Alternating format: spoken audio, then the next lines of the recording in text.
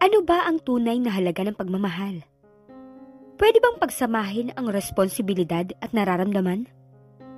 Paano mo pipiliin ang tamang landas kung dalawang magkaibang mundo ang kailangan pagpilian? Ang kwento ni Mariel ay hindi lamang isang kwento ng pag-ibig, kundi na mga pagsubok at sakripisyo na may kinalaman sa pamilya, kayamanan at ang hinaharap na gusto niyang tahakin. Sa harap ng mga hamon, paano niya hahanapin ang kaniyang tunay na kaligayahan? Kailangan pakasalan ni Mariel si Dustin Thompson para magkaroon ng karapatan sa ari-arian ng ama. Madali ito dahil may nararamdaman siya para kay Dustin. Pero paano si Josh Mercado, ang lalaking tumulong sa kanya at nakatakda niyang pakasalan? Tara at sama-sama nating tuklasin ang kanyang kwento at ang mga tanong na may malalim na sagot. Pero bago tayo magpatuloy, kung bago ka pa lamang sa aking channel, ay pakilike po ng ating video. Pakiclick din ang subscribe button, gayon din ang bell icon, para lagi kayong updated sa mga parating ko pang uploads. Huy, bilisan mo na! Magmadali ka, Mariel! Sabi ni Ana nang dumating siya sa restaurant. Bakit? Tanong ni Mariel. Galit na naman si Miss Manager. Lagi ka na lang daw late eh. Tahimik lang si Mariel. Hindi niya masisisi ang manager dahil sunod-sunod ang pagiging late niya. Hindi niya yung gusto, pero lagi siyang pagod dahil sa dami ng project sa eskwelahan. 2:00 na ng madaling araw siya natutulog. Pumunta ka na kaagad sa opisina, Mariel. Galingan mo ang paliwanag mo ha, para di ka matanggal.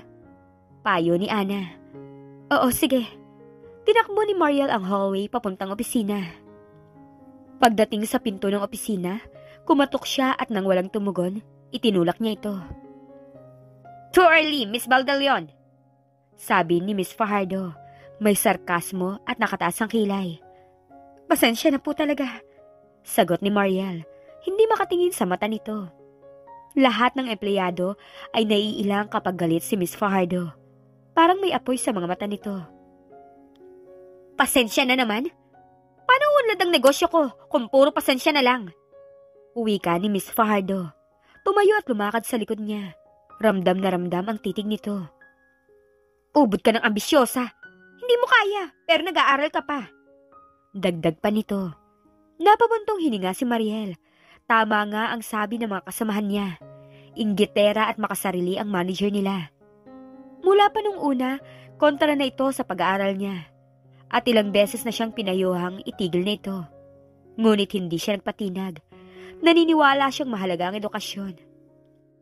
Nagpasya si Mariel na magpatuloy sa pag-aaral kahit na nangangahulugan nito ng maraming sakripisyo.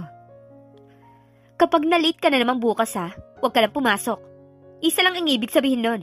Maghanap ka na ng ibang trabaho. Sabi ni Miss Fajardo. Huwag po niyo akong tanggalin, ma'am.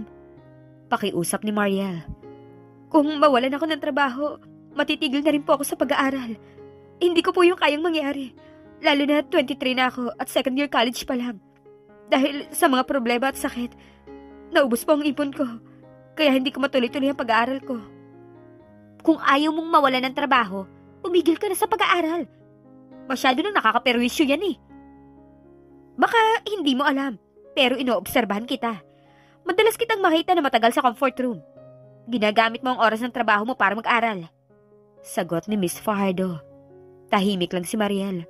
Alam niyang totoo ito, pero ginagawa lang naman niya yon kapag konti ang customer. Sige, lumabas ka na at magtrabaho na maayos. Ayoko marinig na may nagrereklamo tungkol sa'yo. Utos ni Miss Fajardo. Mag-iingat po ako, ma'am. Mababang wika niya bago lumabas ng opisina. Mabigat na mabigat ang talukap ni Mariel at kung hindi niya pipigilan ng sarili, maiidlip siya habang nakatayo. Mag-2:00 pa lamang yun. Marami-rami pa rin ang customer. Hindi siya maaaring pumuslit sa comfort room para maidlip kahit sandali. Sa sobrang antok niya, tumapon ang sabaw na hawak niyang bowl na ilalapag sana niya sa mesa ng customer at tumapon to sa kandungan nito. Oh shucks! Sabi ng istriktong boses. Sorry po. Wika niya na hindi malaman ang gagawin. Sobrang natataranta. Tila natigilan ito. Sorry po ulit. Wika niya na namumutla. Yun na yata ang huling araw niya sa trabaho. Tiyak na paaalisin siya ni Miss Fajardo kapag nakarating dito ang bagay na yon. Inaanto ka yata, miss. Anang lalaki na tumunghay sa kanya. Napansin na niyang gwapo ito kanina pa lang nang pumasok ito sa restaurant. Heart-shape ang mukha, may maninipis na balahibo sa magkabilang pisngi na malapit sa tainga. Mapupula ang mga labi at malamlam ang mga mata. Hindi niya malaman kung istrikto ito o mabait. Tingin niya kasi, napakabilis magbago ng facial expression nito. Kani-kanina lang parang ang tigas na mukha nito, pero ngayon, kay lambot ng facial expression. Oh, puyat ho kasi ako dahil working student ako. Pasensya na po talaga. Sana po huwag kayong magreklamo sa manager namin. May warning na po kasi ako eh. Ganun ba? Don't worry. Palalagpasin ko to. Pero sa susunod, mag-iingat ka na. Tumindig ito kaya ang dibdib na nito ang nasa line-up sight niya. Halata sa suot nitong white t-shirt ang magandang build ng katawan nito. Papalitan ko na lang po yung soup niyo, sir. Kasi nabawasan na. Never mind. Nag-excuse ito para pumunta sa comfort room. Sinundan niya ito ng tingin. Hindi niya napigil ang sarili na huwag-hangaan ang magandang tinding nito. Hindi inaasahan ni Mariel na bibigyan pa siya ng tip ng customer. Naisip tuloy niya na marahil mabuti talaga itong tao. 200 mahigit ang tip na ibinigay nito sa kanya at malaking bagay na yon. Bihira kasi nagbibigay ng tip. Kadalasan 20 pesos lang ang tatanggap niya. Nasa school na siya ay ang customer pa rin na yon ang nasa isip niya. Hindi niya napigil na huwag mag-ilusyon na sana yun ang maging Prince Charming niya. Hanggang sa kanyang pagtulog, naiisip niya pa rin ito. Kay ganda ng kanyang panaginip at nang magising siya pasado 9:00 na. Tarantang-taranta siya. Late na naman siya at ayon kay Miss Fajardo, wag na siyang pumasok pa. Pero nagbihis pa rin siya. Nakarating siya sa trabaho bago mag-10:00. Halos 2 oras ang kanyang late at kahit anong pakiusap ang gawin niya ay ayaw siyang pagbigyan ni Miss Fajardo. Diba sinabi ko na sa'yo kahapon na huwag kang magpapalit uli, pero umulit ka pa rin. Talagang ginagalit mo ako. Anitong halos gumalaw na ang mga muscles sa panga. Nagmakaawa siya rito, pero ayaw na siyang pagbigyan. Wala siyang nagawa kundi ang maghanap kaagad ng panibagong trabaho. Wala siyang nakita kaya lumong-lumo siyang pumasok sa eskwela. Problemado siya, pero pinilit niya pa ring unawain ang mga leksyon. Mariel! Mariel! Nilinang kasamahan niya sa boarding house. Si Perla. Sobrang kilala niya ito. Pero nanatili siya sa higaan. Sumungaw ito sa pintuan. Bumangon ka na dyan, may papabasa ako sa'yo. Napabuntong hininga siya. Sinasabi na nga ba niya at naghahanap na rin ito ng trabaho. Bumangon siya at naupo sa kama. Marami bang job opening? Tanong niya. Lumapit ito sa kanya at inilapit sa kanya mukha ang isang pahina ng newspaper. Ano naman to? Umaten tayo sa kasiyahan na yan. At ano naman ang gagawin natin dun? Tanong niyang nakangiwi. Kung job interview sana yun, tiyak na pupunta siya. Kaso lang, kasiyahan, party. Naisip niya na marahil ay naghahanap na mapapang-asawa ang magba-birthday. Ano pa? E di maghanap ng gwapo at mayaman. Pagkakataon na natin yan. Tiyak na mga rich people ang mamimit natin doon. Wala naman akong panahon dyan eh. Sira, huwag mong sayangin ang pagkakataon na to. Sabi ni Perla. Maganda ka kung mag-ayos ka lang. Mali mo naman kung ito na ang sagot sa lahat ng mga dasal mo. Matagal mo ng pangarap na magkaroon ng isang mangingibig na hahango sa'yo sa hirap, di ba? Pangarap lang naman. Kaya nga pangarap dahil malabong matupad. Ikaw na lang dyan kung interesado ka. Ako, hindi ako a-attend. Bahala ka. Basta ako a-attend. Manghihiram ako ng bonggang damit. Dumapa siya sa kama at nangalumbaba. Iniisip niya kung saan siya mag-apply ng trabaho. Tiningnan niya ang kanyang wallet. 500 na lang ang laman nun. Kapag hindi kaagad siya nakahanap ng trabaho, tiyak matitigil na naman siya sa pag-aaral. At saka kailangan na naman niyang tipirin ang gustong sarili sa pagkain. Mangangayayat na naman siya. Kung hindi niya ugaling mag-self-pity, nakadama siya ng awa sa sarili. Hindi sana siya naghihirap ngayon kung hindi lang nawala ang kanyang ama. 13 years na ang nakalipas magmula nang mawala ito. Ang huli nitong kasama ay ang Tito Eman niya na best friend nito.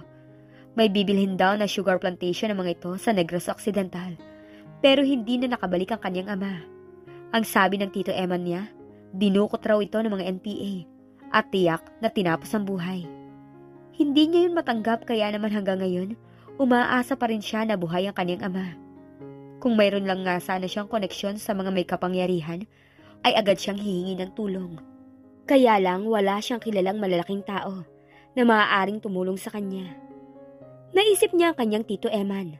Nang ibang bansa ito kasamang asawa at kaisa-isahang anak pagkatapos ng nangyaring yun. Hanggang ngayon wala na siyang balita pa. Parang gusto niyang maghinanakit dito dahil hindi man lang siya naalala gayong best friend nga ito ng papa niya. At ayon dito, parang anak na ang turing sa kanya. Madalas pa nga nitong sabihin noon na siya ang ipapakasal sa anak nitong si Josh upang maging papa na niya ito. Mariel, may gwapo naghahanap sa'yo sa sala. Pagbibigay alam sa kanya ng kanyang landlady. Sino ho? Wala siyang inaasahang bisita. Eman Mercado daw ang pangalan niya. Sa narinig ay kaagad siyang lumabas ng silid kahit hindi pa siya nakakapagayos. Madaling araw na siya natulog dahil gumawa siya ng mga term paper ng mga kaklase niya. Wala pa rin siyang trabaho at malaking tulong yun sa kanya. Nagbigay na ng paunang bayad ang mga classmates niya. Isang malaking bulto ang nabungaran niya sa sala. Nakatalikod ito sa direksyon niya at hindi niya matiyak kung ito nga ba ang kanyang Tito Eman. Base sa bone structure nito, batang-bata pa ito. Nagbigay galang siya rito. Nang humarap ito sa kanya ay napanganga siya. Kahawig nga ito ng kanyang Tito Eman, ngunit sigurado niyang ibang tao ito. Bata pa ito. Sa tansya niya, halos kasing edad lamang niya ito.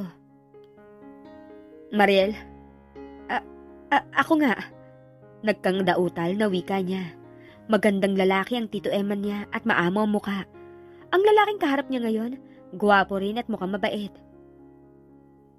Mariel, ako to, si Josh. Josh? Anas niya, parang ibig niyang maiyak ng mga sandaling yun. Si Josh Mercado, anak ni Eman Mercado. Hindi mo na ba ako natatandaan? Matagal na ako nakauwi from States. It has been 3 years. Ganun na rin katagal ako naghahanap sa'yo. Ipinapahanap ka ni Papa sa akin. Ibinili niya sa akin bago siya malagotan ng hininga na hanapin kita. Ihingi ko raw siya ng tawad sa'yo dahil pinabayaan ka niya. Napaluha siya dahil sa mga sinabi nito. Pakiramdam niya kasi, nakatagpo na siya ng karamay. Ano ang nararamdaman mo ngayon? Ano masasabi mo? Wala akong masabi. Huwag ka nang umiyak. Alam ko na nahihirapan ka. Yun ang sinabi sa akin ng taong inutusan ko sa paghanap sa'yo. Pero ngayon, hindi ka na mahihirapan pa.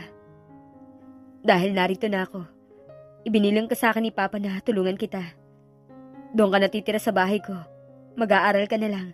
Hindi mo na kailangang magtrabaho pa. Hindi niya malaman kung paanong magre-react sa mga narinig. Nakatitig lamang siya rito. Naniniwala naman akong ikaw nga si Josh, na anak ni Tito Eman. Naramdaman ko. Kaya lang, hindi ko pa alam kung sasama ako sa'yo. Naiintindihan ko. At huwag kang mag-alala. Dahil makapaghihintay naman ako kung kailan ka magkaroon ng tiwala sa akin. Dumukot na ng pera sa wallet at inabutan siya ng pera. Sa tingin niya, tigli-500 lahat yon at makapal. Hindi niya yung tinanggap kaagad. Huwag mo tong tanggihan, Mariel. Dahil hindi matatahimik ang kaluluwa ni Papa kapag tumanggi ka. Malaki ang naging pagkukulang niya sa'yo. Namatay siyang baon ng guilt sa kanyang dibdib. Kaya nakikiusap ako, Mariel. Tanggapin mo to. Malaki ang utang na loob ni Papa sa papa mo, kaya hindi ka dapat na tumanggi sa anumang tulong na may bigay ko. Maraming salamat. Walang anuman, Mariel. Tawagan mo ako anumang oras na kailangan mo ng tulong. Salamat, Ulia. Maupo ka nga pala. Ano ang gusto mong inumin? Hiyang-hiya siya dahil nawala sa isip niya na alokin itong maupo. Don't bother, salamat na lang. I have an appointment. Babalik ako mamayang gabi to have dinner with you. By the way, doon nga pala ako nakatira sa dati naming bahay na ipinagbili namin. Nabili ko uli yun sa nakabili. Natatandaan mo pa ba ang address nun? Tumango siya. Magkapit bahay lamang sila noon nito. at hindi niya makakalimutan ang bahay nila na iba na ang nakatira. Pumupunta siya roon kapag free time niya sa pagbabaka sakaling magkita sila ng kanyang nawawalang ama. Paano, Mariel? Hindi na ako magtatagal. Mag-ingat ka lagi. Salamat, ikaw rin. Muli siyang nakatanggap ng matamis na ngiti mula rito. Dahil yata ron, kaya siya natulala. Naku, Mariel, ang mga swerteng katulad nun hindi dapat na pinapalagpas sa mga panahon ngayon. Sermon sa kanya ni Perla nang ikwento niya rito ang pagkikita nila ni Josh. Bakit hindi ka kagad sumama sa kanya?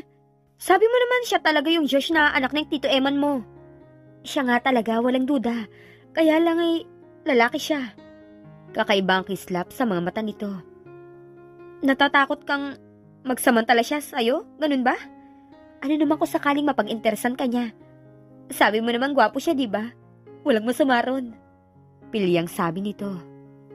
Sira ka talaga kung minsan, Perla eh. Hindi mo naman ako naiintindihan eh. Of course, my dear, naiintindihan kita. Isa kang dalagang Filipina na may mataas na moral, kaya ayaw mong makitira sa bahay ng lalaki. Pero ibang usapan naman yun eh. Ipinagbilin ka kamo ng ama niya sa kanya, kaya walang problema yun. Dapat kang tumira sa poder niya. Umiling siya, hindi pa rin siya makumbinsi. Kailangan muna niyang mag-isip na maraming beses. Nagiba ang paksa ni Perla. Inungkat yung tungkol sa paanyaya ng mga Thompson. Sa Sabado na yun, ayaw mo ba talagang umattend? Of course, hindi ka talaga attend. Lalo na ngayon na-meet mo ng Prince Charming mo. Kinilig pa ito. Ipakilala mo ako sa kanya mamayang gabi ha, pagbalik niya. Pwede akong chaperon kapag niyaya ka niya ng date. Napangiti siya. Aminado siyang may excitement siyang nararamdaman. Ngunit may halo rin yung kakaibang damdamin. Tila siya kinakabahang hindi niya maintindihan. 7:00 eksakto nang bumalik si Josh kinagabihan. Very imposing ang dating nito sa suot na black slack at gray na long sleeve. Leather ang suot nitong sapatos, halatang mamahaling klase yun. Nakasilip sa kanika nilang mga silid ang mga boardmate ni Mariel. Si Perla naman, nagkataong nasa sala ng mga sandaling yun. Tila natulala sa pagkakatitig kay Josh. Si Mariel, hindi rin kaagad nakapagsalita. Are you ready, Mariel? Untag sa kanya ni Josh na tila na-amuse sa kanya. Nakabihis na siya. Ipapakilala muna kita sa mga boardmate ko. Kandautal niyang sabi. Ipinakilala niya rito si Perla at sa kanya tinawag ang iba pa nilang boardmate. Nahihiyang lumabas ang iba at hindi na lang din niya pinilit. Nice meeting you all. Simpatikong ngiti nito. Halatang halata ni Mariel na kinilig ang mga boardmate niya. Wala siyang reaksyon. Alis na ba tayo, Mariel? Untag sa kanya ni Josh. Pwede ba nating isama si Perla? Kasama ko siya sa kwarto. Sure. Wika nito at saka nginitian si Perla. Ilang sandali pa, dalawa sila ni Perla na inalalayan ni Josh palabas ng bahay. Napaka-gentleman ito. Pati sa pagsakay sa kotse, nakaalala ito sa kanila ni Perla. Ano, Mariel? Nakapag-decide ka na bang tumira sa poder ni Josh? Untag sa kanya ni Perla. Tiningnan lang niya ito. Ang isip niya ay naroon sa lalaking nakatagpo niya kanina sa restaurant na pinagdalhan sa kanila ni Josh. Yun yung lalaking kumain sa restaurant na huli niyang pinagtrabahuhan. Yung natapunan niya ng sabaw pero nagbigay pa sa kanya ng malaking tip. Hoy Mariel, gising ka ba? Niyugyug ni Perla ang balikat niya. Isa pala siyang Thompson. Sino? Yung lalaki na nakasalubong ko sa hallway kanina nung papunta ako sa comfort room. Natandaan niya ako eh. Nakipagkilala siya sa akin. Ano ba pinagsasabi mo? Naguguluhan namang tanong ni Perla. Si Dustin Thompson. Naging customer ko siya sa restaurant na pinagtatrabahuhan ko.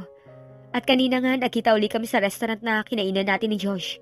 Natandaan niya ako at nagpakilala siya sa akin. Ang sabi pa nga niya, binalikan niya raw ako sa restaurant na pinagtatrabahuhan ko. Pero wala na nga ako ron. And ngayon? Wala lang, nababaitan lang ako sa kanya. Nagandahan marahil sa'yo kaya ganun. Thompson siya ka mo? Oo, si Dustin Thompson. E di siya yung magba-birthday this coming Saturday? Hindi siguro, baka kapangalan lang. Sa gandang lalaki kasi nung Dustin na nakilala ko, hindi na niya kailangang gawin ang paanyaya na yun. Siguro nga. Sana makita ulit kami. Naisaloob niya. Hindi niya alam kung anong meron ang lalaking yun at napukaw ng husto ang interes niya. Bakit maghahanap ka pa ng trabaho, Mariel? Hindi ba't sabi ko sa'yo, pag-aaral ang asikasuhin mo? Sabi ni Josh. Nahihiya na kasi ako sa'yo eh. Ano naman ba ang dapat mong ikahiya? As what I said, malaki ang utang ng loob ng papa ko sa papa mo. Dapat inalagaan ka ni papa, pero pinabayaan ka niya. It was his greatest regret. Kaya wala kang dapat alalahanin pa. Pero iba pa rin yung may trabaho ako. Saka ka na magtrabaho kapag graduate ka na ng college. May nakahanda ng trabaho para sa'yo. Assistant kita sa pabrika. Pabrika ng mga t-shirt ang business nito. Naisama na siya nito roon ng isang beses. At ipinakilala siya nitong matalik na kaibigan sa lahat ng mga naroroon. Nakiusap na siya rito na magtrabaho roon, pero ang sabi nito wala nang bakante. Ngayon ko na gusto magtrabaho. Gawin mo na akong assistant. Madali naman akong turuan eh. Sabihin mo lang sa akin ang mga dapat kong gawin. Mariel, my dear, kung gusto kitang pagtrabahuhin, noon pa sana. Hindi talaga ako papayag na magtrabaho ka. Please, nakinig ka sa akin. Pahihirapan mo lang ang kalooban ko kung ipipilit mo talaga ang gusto mo. Pero Josh, hayaan mo Mariel, kapag tapos ka na mag-aral, ako naman ang hihingi ng tulong sa'yo. Mababa lang ang sweldo na may bibigay ko sa'yo. At saka lagi kitang pag-overtimein. Okay ba sa'yo? Oo. Pero gusto ko talaga magtrabaho habang nag-aaral eh. Mariel dear, ang pakiusap ko ang pagbigyan mo, please. Sige na nga. Pero sa isip, sinasabi niya na maghahanap pa rin siya ng trabahong mag-isa. Ayaw niya magsamantala sa kabutihan nito. Hay, naku naman, Mariel. Wala ka talaga kasing hangal. Sabi sa kanya ni Perla na magkausap sila. Mabuti ka nga, may Prince Charming ka. Ako nga rito laging pinagkakaita ng tadhana. Himutok nito. Hanggang ngayon, ipinagpuputok pa rin ang butsi nito na hindi ito nakadalo sa party ng mga Thompson. Nilagnat kasi ito at ngayon lang gumaling. Pero tama ba naman yung tanggap ako ng pera sa kanya? Ano naman, hindi ka naman nanghihingi ah. Kusa niyang binibigay. Besides, may utang na loob ang papa niya sa papa mo. Ganun lang ang buhay, tulungan. Ayaw ko kasing mabaon sa utang na loob sa kanya eh. Alam ko kung anong problema mo, Mariel. Masyado ka ma-pride. Yan ang umiiral sa'yo eh. Kaya ayaw mong isipin na umaasa ka kay Josh. Mali yan, dear. Nakaka-offend ka na eh. Kung ako si Josh, baka nagalit na ako sa'yo. Nagmagandang loob yung tao tapos ganyan ka pa. Para naman siyang natauhan sa mga sinabi nito. Mukha ngang nakaka-insulto sa parte ni Josh ang ginagawa niya. Baka isipin pa nito na pinag-iisipan niya ng hindi maganda ang pagtulong nito sa kanya. Kaya panay ang tanggi niya. Babawi na lang siya kay Josh kapag graduate na siya. Ano ang gusto mo regalo, Mariel? Tanong sa kanya ni Josh dahil gagraduate na siya ng college. Malungkot siyang nagbuntong hininga. Lately, lagi niya naiisip ang kanyang ama. Hindi na ito nawawaglit sa isip niya. Lalo pa niya itong naiisip kapag kasama niya si Josh. Gusto ko magkita kami ni Papa. Wala na siya, Mariel. Hindi nakita ang bangkay niya. Walang nakakatiyak kung wala na nga ba siya. Isa lamang yung palagay, Josh. Pero kung buhay siya, nasaan siya? It has been 15 years. Magmula nang mawala siya, di ba? Nararamdaman ko na buhay siya, Josh. Minsan pa nga, napapanaginipan ko siyang nakakulong sa isang hawla ng bakal. Humihingi siya ng tulong sa akin. Gusto niya makalabas nun, ngunit nakakandado yon. Panaginip lang yun, Mariel. Ang panaginip, bunga ng iniisip mo. Iniisip mo kasi na buhay pa siya kaya ganun. Sabi kasi nila, hindi nagkakamali ang instinct, Josh. Yun ang dikta ng instinct ko. Buhay pa ang papa. You are very dear to me, kaya gagawin ko ang lahat to please you. Manawagan tayo sa TV, radyo at dyaryo. Ilalagay natin ang picture ng papa mo. Nayakap niya ito sa sobrang katuwaan. Salamat, Josh. Maraming salamat. I love you. Kaya ako ginagawa to. Natigilan siya. Hindi niya malaman kung paano magre-react sa pinagtapat nito. Huwag mo sanang isipin na nagsamantala ako, Mariel. It just happened. Hindi mo rin naman siguro ako masisisi na minahal kita. Naisip niya maraming sakripisyong ginawa nito para sa kanya. Lagi siya nitong dinadalaw upang i-check ang kalagayan niya. Hindi siya nito pinilit na tumira sa poder nito, pero para na rin silang magkasama sa isang bubong dahil sa sobrang atensyon na binibigyan nito sa kanya. Sapat na ang lahat ng yun upang ibigin din niya ito. I love you too. Nangislap ang mga mata nito. Really? Tumango siya at saka nahihiyang ngumiti. Oh, thank you dear. Pinasaya mo ako ng husto sa araw na to. We have to celebrate this. Kain tayo sa labas. Sa restaurant pa kanilang pinuntahan, nakita niya ang isang pamilyar na mukha. Ang lalaking nakaupo sa katabing mesa ay si Dustin Thompson. Nakaharap ito sa direksyon niya, kaya natitigan niya ng husto ang mukha nito. May kasama itong isang lalaki na nakatalikod sa direksyon niya. Base sa bone structure ng nakatalikod na lalaki, naisip niya na marahil mahigit 50 anyos na ang edad nito. Marahil ama ito ni Dustin. Mukhang seryosong-seryoso ang usapan ng mga ito, kaya hindi siya napansin ni Dustin. Nakatuon ang buong atensyon nito sa kaharap na lalaki. Hindi niya inalis ang tingin niya sa mga ito hanggang sa makita siya ni Thompson. Gumuhit sa mukha nito ang recognition. Nginitian siya. Sino yung nginitian mo? Tanong ni Josh. Isang kakilala. Kung hindi pa dumating ang kanilang order, hindi niya aalisin ang tingin sa dalawa. You're 25 and I'm 29. Josh was saying. We're not getting any younger, Mariel. This is the right time to get married. Napanganga siya sa sinabi nito. Labis na nabigla. Kilala at mahal natin ang isa't isa, Mariel. Bakit kailangan pang patagalin? Magpakasal na tayo. Hindi siya agad nakasagot. Ayaw niyang i-reject ang proposal nito. Ngunit hindi pa siya handang mag-asawa. Gusto ko, kapag nag-asawa ko, napagsilbihan ko ng gusto ang aking kabiyak. Yung wala na akong ibang iisipin, kundi siya at ang magiging mga anak namin. Sa ngayon kasi, hindi ko pa maibigay sa magiging asawa ko ang buong panahon ko. Yun ay dahil hindi ko pa nahanap ang aking ama, Josh. Please understand, Josh.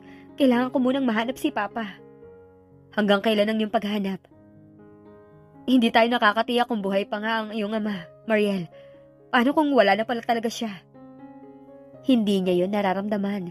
Kahit anong isipin niya ay nangingibabaw sa kanyang isip, ang paniniwalang buhay pa ito. We have to set a time frame. 1 year is enough. Tumango siya, wala na may itong magagawa kung pagkatapos ng 1 taong ibinigay nito sa kanya, ay patuloy pa rin siyang maghahanap. Pero sana nga ay mahanap niya kaagad ang kanyang ama, dahil ayaw rin naman niyang paghintayin ito ng matagal. Unfair dito ang ganun. Sinimulan nitong lagyan ng pagkain ng kanyang plato. Napaka-caring nito sa kanya kaya naiinis siya sa kanyang sarili. Nang matokso siyang tingnan muli ang kinaroroonan ni Thompson. Subalit wala na ito roon. Instinct ay tumingin siya sa exit. At ganun na lamang ang pagkamangha niya nang makita ang kabuuan ng lalaking kasama ni Thompson. Na ng mga sandaling yon ay nakalingon sa direksyon niya. Papa? Sabi niya. Gustong-gusto niyang tumindig at habulin ang figurang yun na inakbayan ni Dustin. Subalit hindi siya makakilos. Para siyang ipinako sa kinauupuan. What were you saying? Si Papa. Si Papa yun, Josh. Si Papa. Napatayo si Josh, tumingin sa exit. Nasaan? Nakaalis na. Diyan lang sila nakaupo kanina eh. Lumigid si Josh sa likuran niya. Nagkamali ka lang, masyado mong iniisip ang iyong ama, kaya ka nagkakaganyan. Mabuti pa, kumain ka na mabuti. Pagkatapos ihatid na kita para makapagpahinga ka na. Ngunit hindi na siya makakain dahil sa kakaisip sa lalaking kanyang nakita. Yun talaga ang kanyang ama. Ngunit bakit hindi siya nito hinanap? Ano ang kaugnayan nito kay Dustin? Ayan na. Hindi mo dapat iniisip ng husto ang iyong papa. It wouldn't give you any good. Hindi siya nagsalita. Ang kanyang ama pa rin ang nasa isip niya. Siya ba ang iniisip mo, anak? Mula sa pagkakatitig sa mga sul-ngasol na tubig sa swimming pool, ay nag-angat ng tingin si Dustin sa kanyang ama. Nakatayo to sa tabi niya at kakaibang kislap sa mga mata. She's lovely. At magaan ang dugo ko sa kanya. Hindi ko pa man siya nakakausap. Ang tinutukoy ng kanyang ama ay si Mariel.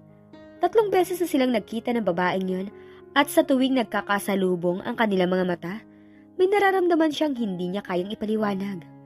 Hindi rin niya alam kung bakit kahit matagal ang interval ng muli nilang pagkikita, natatandaan pa rin niya ito. Tila nakaukit sa kanyang utak ang mukha nito. She is familiar to me, Iho. Parang nakita ko na siya. Hindi ko nga lang matandaan kung saan. Naging waitress siya noon sa Premier Restaurant. Baka doon niya siya nakita pa. Siguro nga. His father was saying, at saka ito humugot ng buntong hininga. May problema pa pa? It's not really a problem, Iho. I'm just thinking kung saan ako nagpunta sa loob ng napakatagal na panahon. Hindi ko pa rin mapatawad ang sarili ko kung bakit nagawa ko kayong pabayaang mag-ina for 20 years. Pa, wag mo nang isipin yun. Kinalimutan ko na yun. Matagal ko na kayong pinatawad. Pero parang hindi ko pa rin kayang patawarin ang sarili ko, anak. At the back of my mind, parang mayroong nanunumbat sa akin. Sarili niyo ang kalaban niyo pa. Kalimutan niyo na yon para mapanatag na kayo. May gusto ka ba sa babaeng yun, Iho? Who? Yung babae kanina sa restaurant? Si Mariel? Mariel. Unique name but sounds familiar. Ilang beses mo na bang binanggit sa akin ang pangalan niya, Iho? I couldn't remember na binanggit ko siya sa inyo pa. Pero parang hindi bago sa akin ang pangalang yun. Pagkuwan, sinapo nito ang ulo. Maagap niya itong pinaupo sa garden set. Masakit ang ulo niyo pa? Baka kung ano na yan, ipapatawag kang family doctor natin. Wag na, Iho. Nawala ng sakit. Maiwan na muna kita at magpapahinga lang ako sandali. I'm getting weak every day. Kaya nga gustong-gusto ko nang mag-asawa ka na, Iho. Natatakot akong baka hindi ko na masaksiyan ang paglaki ng magiging apo ko. Ilang gabi nang hindi nakakatulog ng mabuti si Mariel dahil sa pag-iisip sa kanyang ama. Kahit napakatagal na niya itong hindi na nakita, ay nakaukit pa rin sa isipan niya ang anyo nito. At siguradong sigurado siya na ang lalaking yun nakasama ni Dustin ang kanyang ama. Maingat siyang bumangon sa higaan. Nagkaroon siya ngayon ng pagdududa sa kanyang ama. Mayroon ba itong ibang pamilya? Hindi niya yun matanggap kaya mabilis niyang binura sa isip. Bumaba siya sa kusina at nagtimpla ng gatas sa pag-asang dalawin siya ng antok. Ngunit nakadalawang tasa na siya ng gatas, dilat na dilat pa rin ang kanyang mga mata. Tunog ng telepono ang gumising kay Mariel. Hindi niya namalayan kagabi na nakatulog na pala siya sa sala. Nakabaluktot siya sa sofa. Tinignan niya ang wall clock, 6:00 pa lamang. Hello? Yes, good morning. May I speak with Mariel Valdelion? Speaking. May I know who's calling? Dustin Thompson. Natutop niya ang bibig. Iba ba ang Dustin Thompson na kilala niya? Kung ito man, paano nito nalaman ang kanyang contact number? At saka bakit siya nito tinatawagan? This is all about your lost father. Nabasa ko ang panawagan. Gusto kitang makausap ng personal. I'll wait for you, Miss Valdelion. Wait. Ngunit nawala na ito sa kabilang linya. Saglit siyang natulala. Nang makabawi, tinawagin niya si Josh. Ano? Pupunta ka ron? Protesta ka agad nito nang banggitin niya ang tawag ni Dustin Thompson. Kailangan kong pumunta at baka ito nang hinihintay ko. Baka magkita na kami ni Papa. Mariel, delikado ang gagawin mo. Hindi mo kilalang taong yun. Baka masamang taong yun at nararamdaman ko naman na hindi siya masamang tao. Putol niya dito. Hindi tayo nakakasiguro. Hindi ka pwedeng pumunta ron. Pero, okay, kung gusto mo talaga makipagkita sa kanya, hintayin mo ako. Tayong dalawang pupunta sa address na binigay niya. I'll just fix myself at alis na ako rito. Sige, hintayin kita. Naligo siya kagad pagkatapos nila mag-usap. Hindi siya makakain ng almusal dahil tense siya. Inabot siya ng 9:00 sa paghintay kay Josh at labis siyang nainip. Hindi na siya makapaghintay na makaharap ang Dustin Thompson na yon. Mariel, I'm sorry. Nalate ako dahil may unexpected na bisitang dumating. Paliwanag ni Josh. Okay lang, tara na. Excited ka na. Puno nito sa kanya. Huwag ka masyadong umasa. Baka mamaya ma-disappoint ka lang. Hindi siya kumibo. Nandito na tayo. Nang kumatok sila ay may nagbukas kaagad ng gate. Dustin? Manghang wika niya sa bultong bumungad sa kanila. Ito nga ang Dustin na kilala niya. Nakita niyang nagulat din ito. Matagal siyang tinitigan. So, ikaw ang Dustin Thompson na tumawag sa fiancé ko? Wika ni Josh na tila naiinis. Ano bang gusto mo sa fiancé ko? Nakita niya sa ekspresyon ni Dustin na parang nainis din ito. Ganun man, hindi nito sinagot ang tanong ni Josh. Hawak naman ni Josh ang braso niya na tila ayaw siyang pakawalan. Nang lumingon si Dustin sa kanila, nakita na naman niya sa ekspresyon ng mukha nito ang tila pagkainis. This way. Wika nito at saka diretsyong lumakad. Nabasa rin ng father ko ang panawagan at nagpapagulo yun sa kanya dahil kamukha niyang lalaki nasa larawan. He's very sure na siya yun. But definitely, he is not your father, Miss Valdelion. Kung sino ka man at kung ano man ang motibo mo, itigil mo na dahil hindi ka magtatagumpay. Maring sabi nito, hindi siya nakapagsalita. Si Josh ang nag-react sa sinabing yun ni Dustin. What were you saying? Galit nitong wika. Inulit naman ni Dustin ang sinabi 2 beses pa. Nagkakamali ka ng iniisip sa fiancé ko. Mr. Thompson, maling-mali ka sa iniisip mo. Hindi ito isang modus operandi kung yan ang akala mo. Inisa-isa ni Josh ang mga properties nito. Si Mariel hindi pa rin makapagsalita. Labis siyang nabigla sa sinabi ni Dustin kanina. Hindi niya yun inaasahan. Ayoko ng mahabang diskusyon. I'm a very busy person at napakahalaga ng bawat oras sa akin. Please, Miss Valdelion, itigil mo na ang kalokohang to. Huwag mong kausapin ng ganyan ng fiancé ko. Putol ni Josh. Nawawala ang kanyang ama. It has been 15 years ago. At ang mga larawan na inilagay namin, sa panawagan, ama niya yon. It couldn't be. Imposible yon dahil ama ko ang lalaki nasa larawan. Pero, siya talaga ang ama ko. May mga katibayan ako. Marami akong picture kay Papa. Tinitigan siyang mabuti ni Dustin. Base sa ekspresyon ng mukha nito, masasabi niyang nakahanda itong ipaglaban ng patayan ng bagay na yon. Para matapos ng argumentong to, iharap mo sa amin ang iyong ama. Wika ni Josh. Masama ang pakiramdam niya. Yun ay dahil sa nabasa niya. Masyado siyang naapektuhan ng bagay na yun. Gusto ko siyang makita. Please, Mr. Thompson, kailangan ko makausap ang iyong ama. Hindi pa siya pwedeng makausap ngayon. Bumalik ka na lang sa ibang araw. Halata sa tono nito na hindi nito gustong isama niya si Josh. Okay, we'll come back tomorrow. Hindi kumibo si Dustin. Nakatitig lamang ito kay Mariel. Hindi na ako makapaghintay ng bukas. Please, Mr. Thompson, gusto ko siya makita. Kahit pasilipin mo lang ako sa kanya. I promise na hindi ko siya kakausapin. Okay, come with me. I'll go with my fiancé. Please, Mr. Mercado, sabi ni Josh. Josh Mercado. Well, Josh Mercado, huwag ka mag-alala dahil intak kong ibabalik sa iyong fiancé mo. Pero, please, Josh. Pakiusap ni Mariel dito. Halatang tutol pa rin si Josh pero hindi na ito nagsalita. Sumunod na si Mariel kay Dustin na pumanhik sa hagdan. Nakasilip si Mariel sa awang ng pintong marahang itinulak ni Dustin.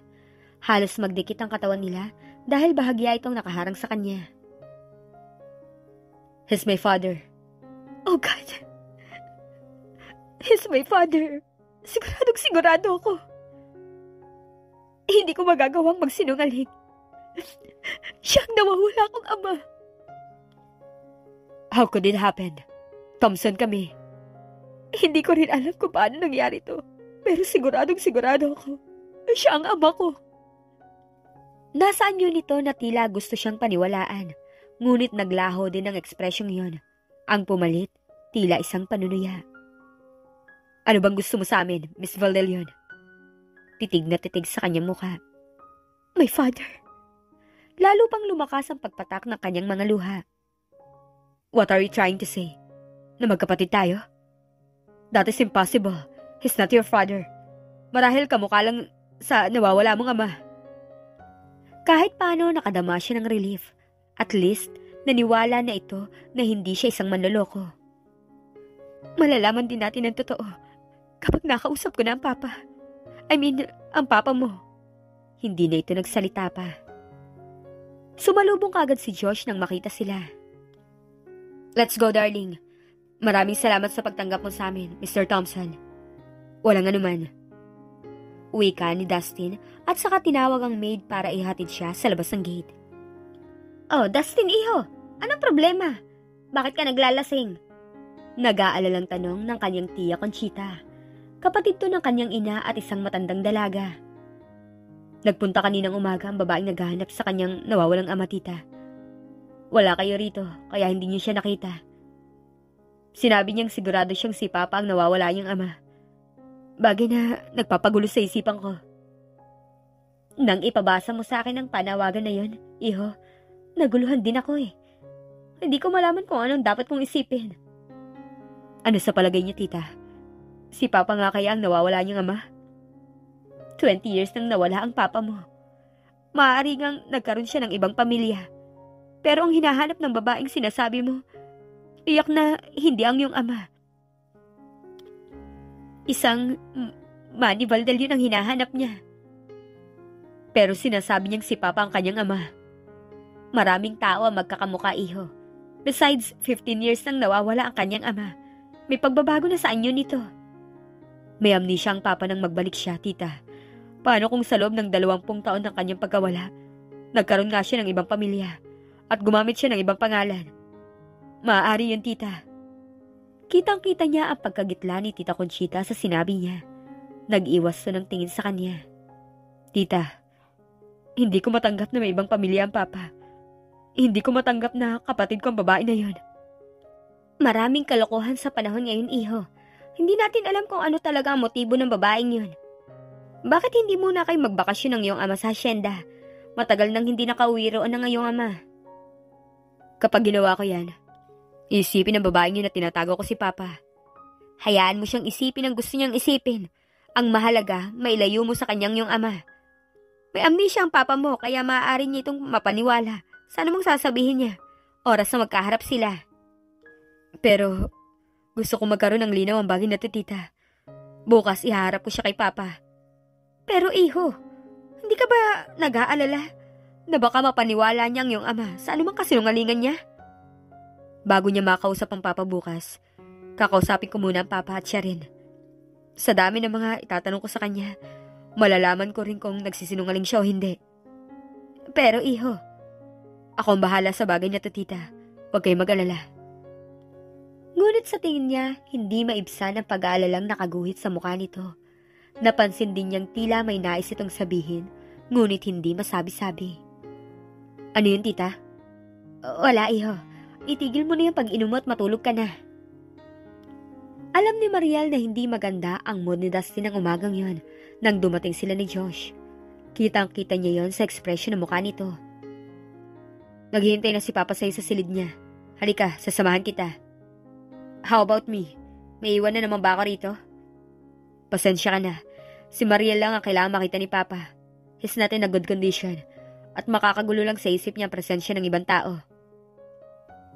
Hindi ako ibang tao. I'm Mariel's fiancé.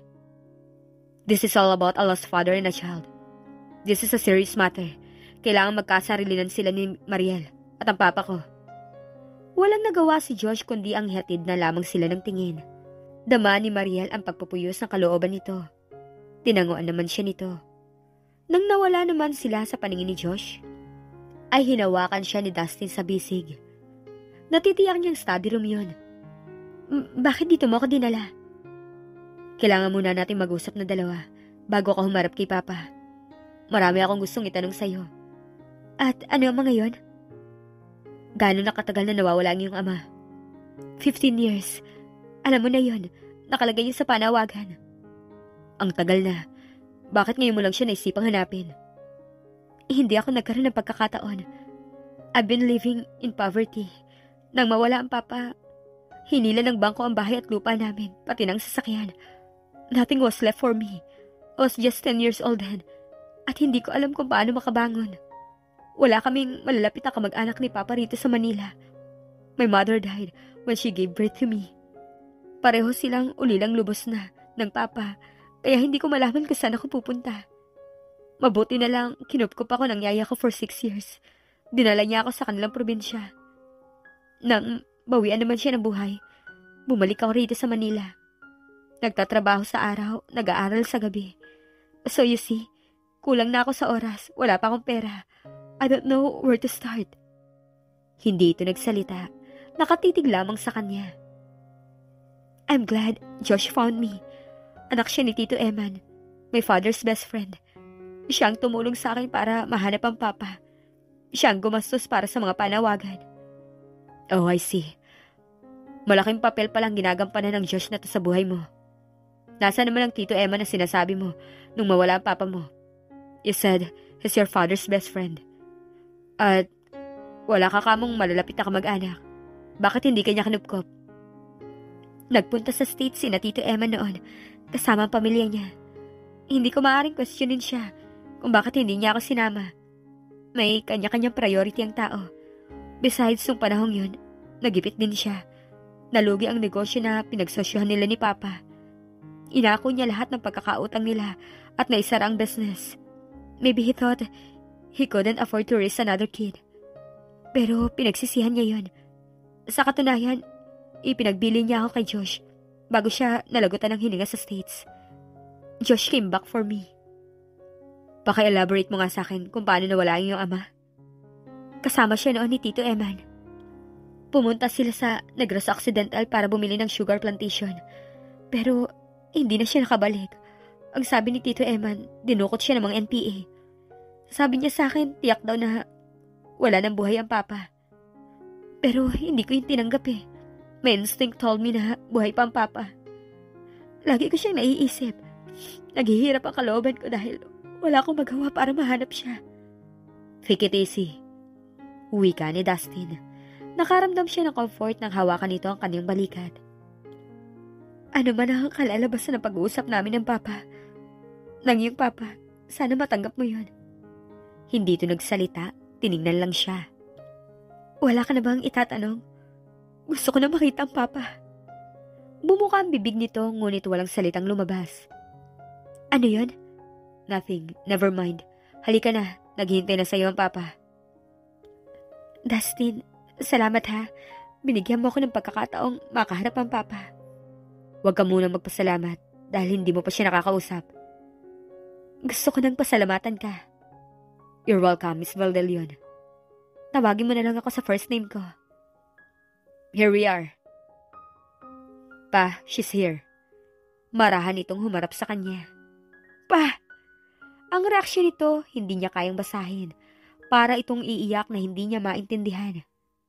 Papa! Wika ulit niya at saka sumugod ng yakap dito. Pero ilang sandali lang kumalas na ito. Nang tingnan niya ito ay nakahawak na ito sa ulo. Mabilis na lamang lumapit dito si Dustin at inalalayan itong maupo sa gilid ng kama nito. Bakit? Anong nangyayari kay Papa? Worried na tanong niya. Lagi siyang sinusumpong ng pananakit ng ulo. Magmula nang mabasa niyang panawagan mo. Hindi niya malaman kung anong dapat na maramdaman. But don't worry. Natingnan na siya ng doktor. At wala naman daw siyang diferensya. Stress lang daw ang dahilan dahil masyado nag-iisip ang papa. I'm sorry, Dustin. Hindi ko gustong magdulot ng hindi magandang pakiramdam kay Papa. I mean, sa papa mo. Papa, what happened to you? Hindi mo ba ako natatandaan? Umungol lamang ito. Pagkatapos nakiusap ito, naiwan na muna nila. Dinala uli siya ni Dustin sa study room. Nang naroon na sila, pareho silang natahimik. Ngunit damang-dama niya na pareho silang mayroong gustong sabihin. Nang sa tingin niya ay magsasalita na si Dustin, saka naman may kumatok sa pinto. Dustin, si Tita Conchita mo to. Tuloy kayo. Bukas ho yan. Sabi ni Dustin. Marahang bumukas ang pinto. Nagkatitigan sila ng isang may edad na babaeng pumasok. Ang reaksyon nito, hindi niya kayang basahin. Tila ito nasindak nang makita siya. Mariel, si Tita Conchita, my mother's sister. Tita, siya si Mariel, yung sinasabi ko sa'yo na nananawagan. Kamusta po kayo? Mabuti naman. Naiinip na ang bisitang naghihintay sa sala, Dustin. Kasama ko po yun. Sabi niya, pero hindi pa rin siya nito tinitingnan. Sa halip, nag-excuse na ito sa kanila ni Dustin. Isinatinig niya ang obserbasyon niyang yun kay Dustin. Hindi ko alam kung bakit ganun ang naging reaksyon niya. I'll talk with her later. Inihatid siya nito sa sala. Matalim ang tingin nito kay Josh. Dama niya ang namumong tensyon sa pagitan ng dalawang lalaki. Bakit parang galit kayo sa isa't isa? Huwag akong tanungin mo, Mariel. Dahil siya tong mainit ang dugo sa akin. I can feel it. Nayakap ko ang papa, Josh. Sigurado ako na siya ang papa ko. Damang-dama ko. Anong sinabi niya sa'yo? Hindi kami nagkausap dahil sinumpong siya ng pananakit ng ulo. Kung siya nga ang ama mo, ano kaya ang dahilan at hindi siya nagpakita sa'yo sa loob ng mahabang panahon? Hindi siya agad nakasagot. Siguro hinanap niya ako, pero hindi niya ako natagpuan. Baka rin nag-amnesia siya. Ang reaksyon nito tila nagpigil ng tawa. Na-offend naman siya. I'm sorry if I sounded ridiculous. Posible naman talaga mangyari sinabi ko Totoo naman talaga ang amnesia. Marami na nagkasakit nun. Granted na nag-amnesia nga siya. Ang tanong, paano naman siya naging Thompson? Hindi ko na yung masasagot, Josh. Actually, naguguluhan din ako Pero masasagot din ang maraming katanungan sa isip natin. Oras na magkausap na kami ng mabuti ni Papa. Gusto kong matapos na to sa lalong madaling panahon, Mariel. Dahil masyado na tayo naaabala. Dapat sana nasa school ka na ngayon para sa practice ng graduation mo. Okay lang yun. Wala namang magbabago kahit hindi ako makatan ng graduation. Gagraduate pa rin naman ako. What is important? Ang aking ama. Pagkatapos ito, magpakasal na tayo, Mariel. Ang dami ko pang problema, Josh. Matagal pa siguro bago natin mapagplanuhan ang tungkol sa bagay na yan. Bumuntong hininga ito at hindi na muling nagsalita. Nanahimik na rin siya. Binalikan sila ni Dustin at sinabihan siyang bumalik na naman sa susunod na araw. Hindi na ba matatapos ang pagpunta-punta namin dito? Bakit kailangan pa namin magpabalik-balik? Your father is here. Ipakausap mo na siya kay Mariel. Wala siya sa tamang kondisyon. Natutulog siya sa mga oras na to. Pero mahalaga ang bawat sandali sa amin. We are very busy person, Mr. Thompson. Ako rin naman. Pero may panahon sa bawat bagay. Besides, you don't need to be here. Pero hindi ko maaari pabayaan ang fiancé ko. Wala na siyang nagawa pa kundi ang magpatianod na lamang dito. Habang nasa sasakyan sila, nanggagalaiti si Josh. Kung tutusin kasi, hindi mo na dapat hinanap ang iyong ama. Dapat hinintay mo na lang siyang magbalik sa'yo kung talagang ang buhay siya. Why are you saying that? Hindi ka ba naniniwala na siya nga ang ama ko? Ewan ko. Hindi ko alam kung anong dapat kong paniwalaan. Things are getting complicated. Hindi ako natutuwa sa nagiging takbo ng mga pangyayari. Hindi na siya nagsalita. Tinignan lamang niya ito. Ano ang gusto mo sabihin sa akin, tita? Tensyonadong tanong ni Dustin rito nang lapitan niya ito sa terrace. Halatang anisi ito at nagdulot yon sa kanya ng kaba. Lalo pangat napakaseryoso nito kanina nang sabihin sa kanya na kailangan nilang mag-usap ng masinsinan. Hindi ko alam kung saan magsisimula, iho. Natatakot ako. Natatakot? Kanino? Sa magiging reaksyon mo. Sa loob ng matagal na panahon, nagawa kong ilihim ang bagay na to. Ano yun, tita?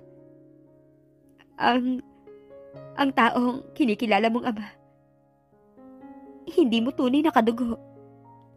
Sa katunayan, matagal nang wala ang iyong ama. Sanggol ka pa lamang noon. Ngunit hindi yung matanggap ng iyong ina dahil hindi nakita ang bangkay ng iyong ama. Kaya maging sayo, sinasabi niya na buhay pa ang papa mo. Nandito ka noon sa Manila nang matagpuan namin ng mama mo ang lalaking kinikilala mong ama sa tabing dagat. Sugatan siya noon at nakatali sa katawan niya ang attache case na puno ng pera. Wala siyang malay at ang akala nga namin ng mama mo hindi na siya mabubuhay.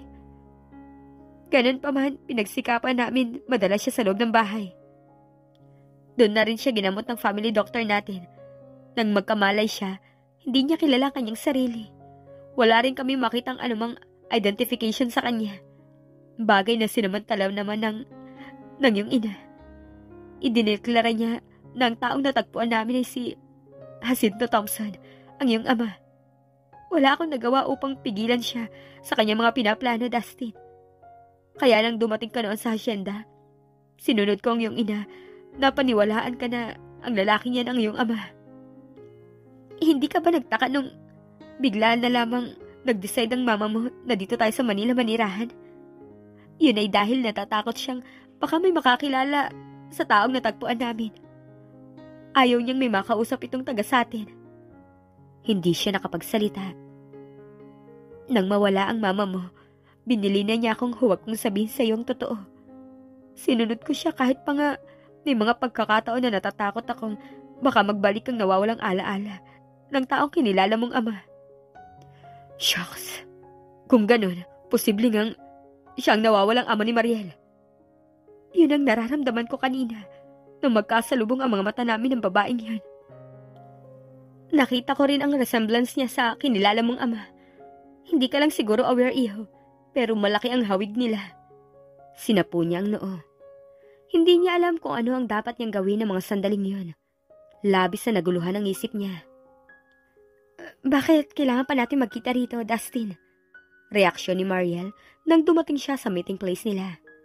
Hindi ka agad dito nagsalita. Tungkol ba yun kay Papa? Ano na ang lagay niya?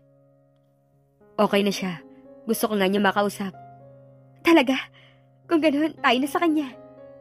Mariel, hindi kita lubusang kilala. Pero gusto kitang pagkatiwalaan. May amnesia ang papa mo. I mean, ang papa ko. I've been thinking that, kaya hindi niya ako hinanap dahil wala na siyang matandaan sa nakaraan.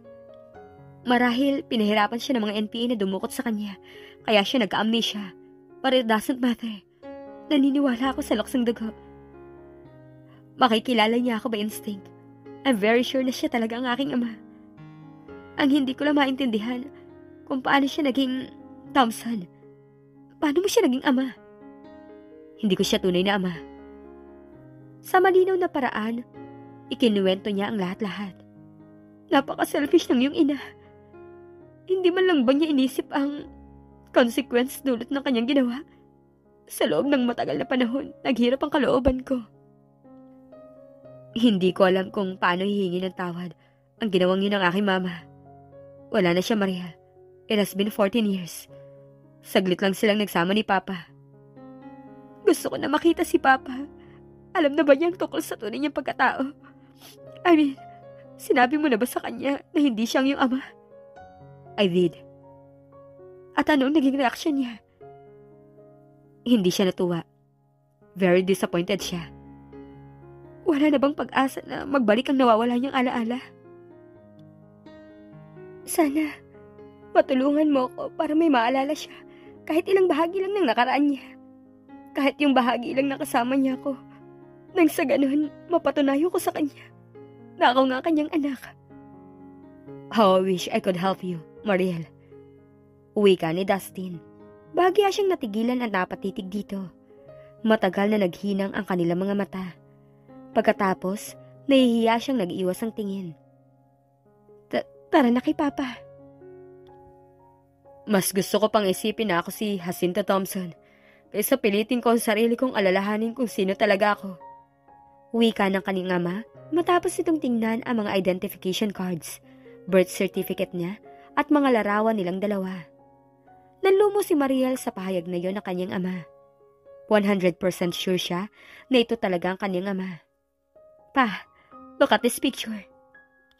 Tumitig ito ng matagal sa larawan. Pabago-bago ang ekspresyon ng mukha nito. Hayang tila ito natutuwa.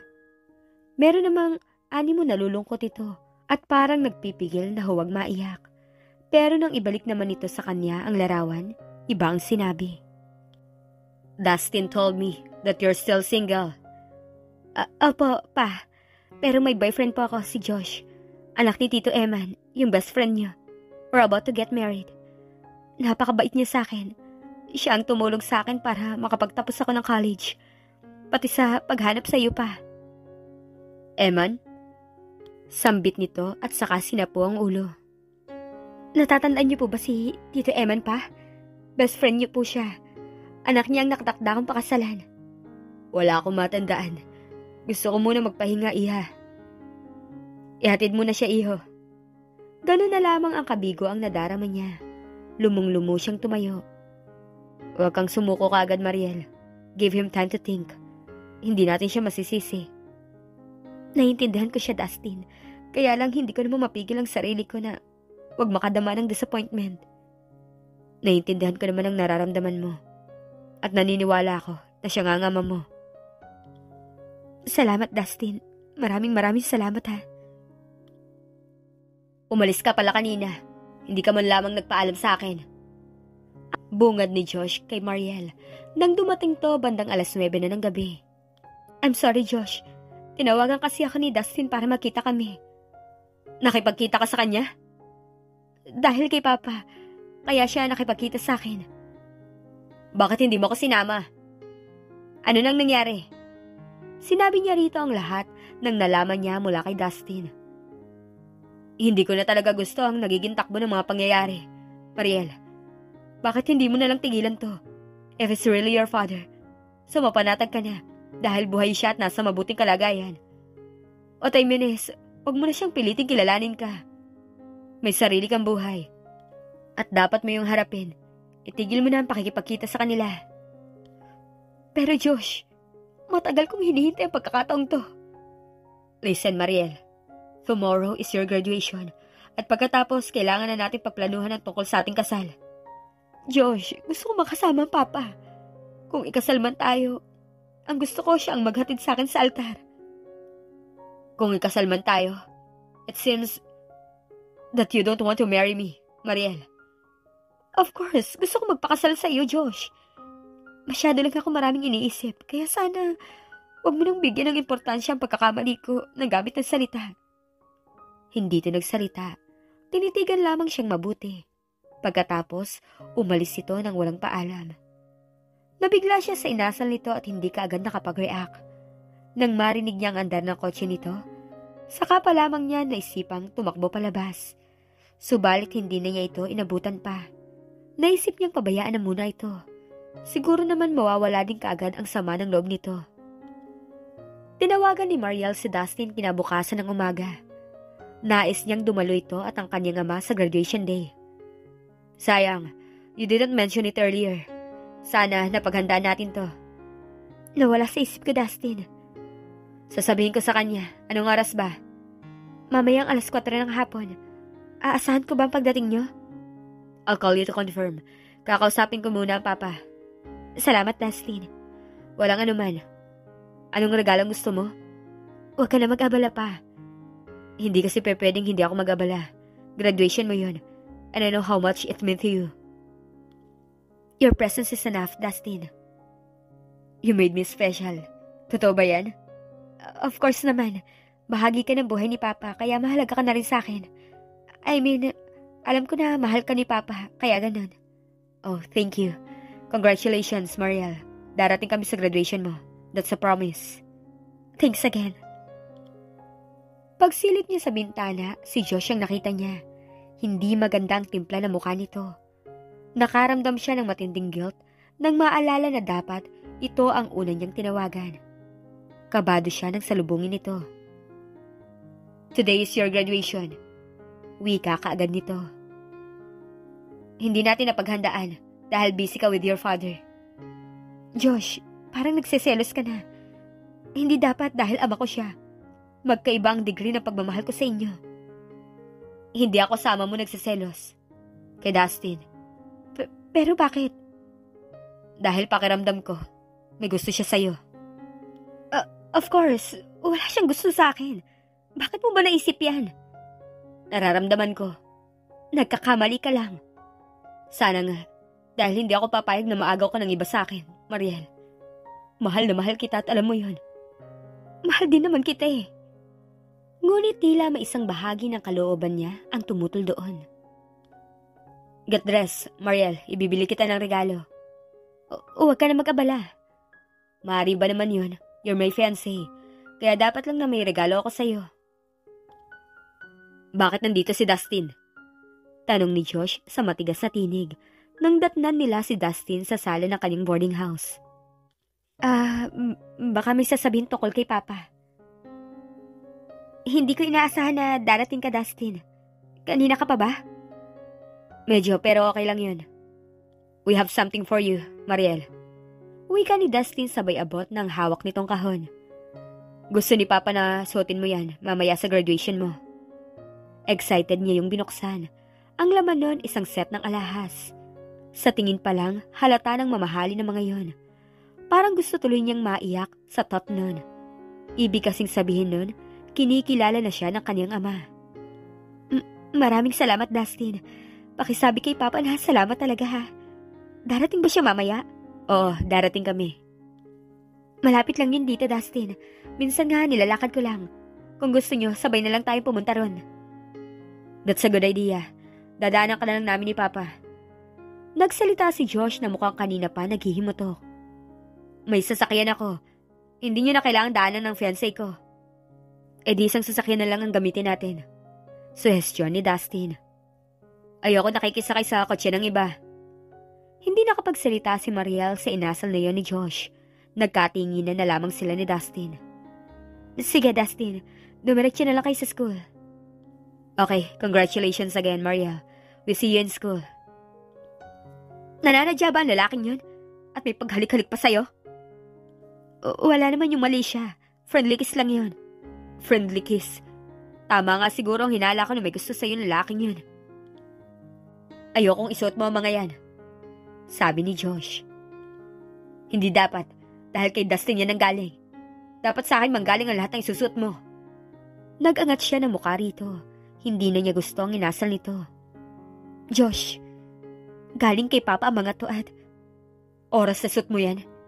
Hindi ako atin sa graduation mo. Josh, para kang bata. Nagalito sa sinabi niya at umalis ng walang paalam. Nainis naman siya kaya hindi niya ito sinundan. Subalit 3:00 pasado na ng hapon, hindi pa to bumabalik. Tinawagan niya ito sa bahay ngunit wala ito ron. Out of reach din ang cellphone nito.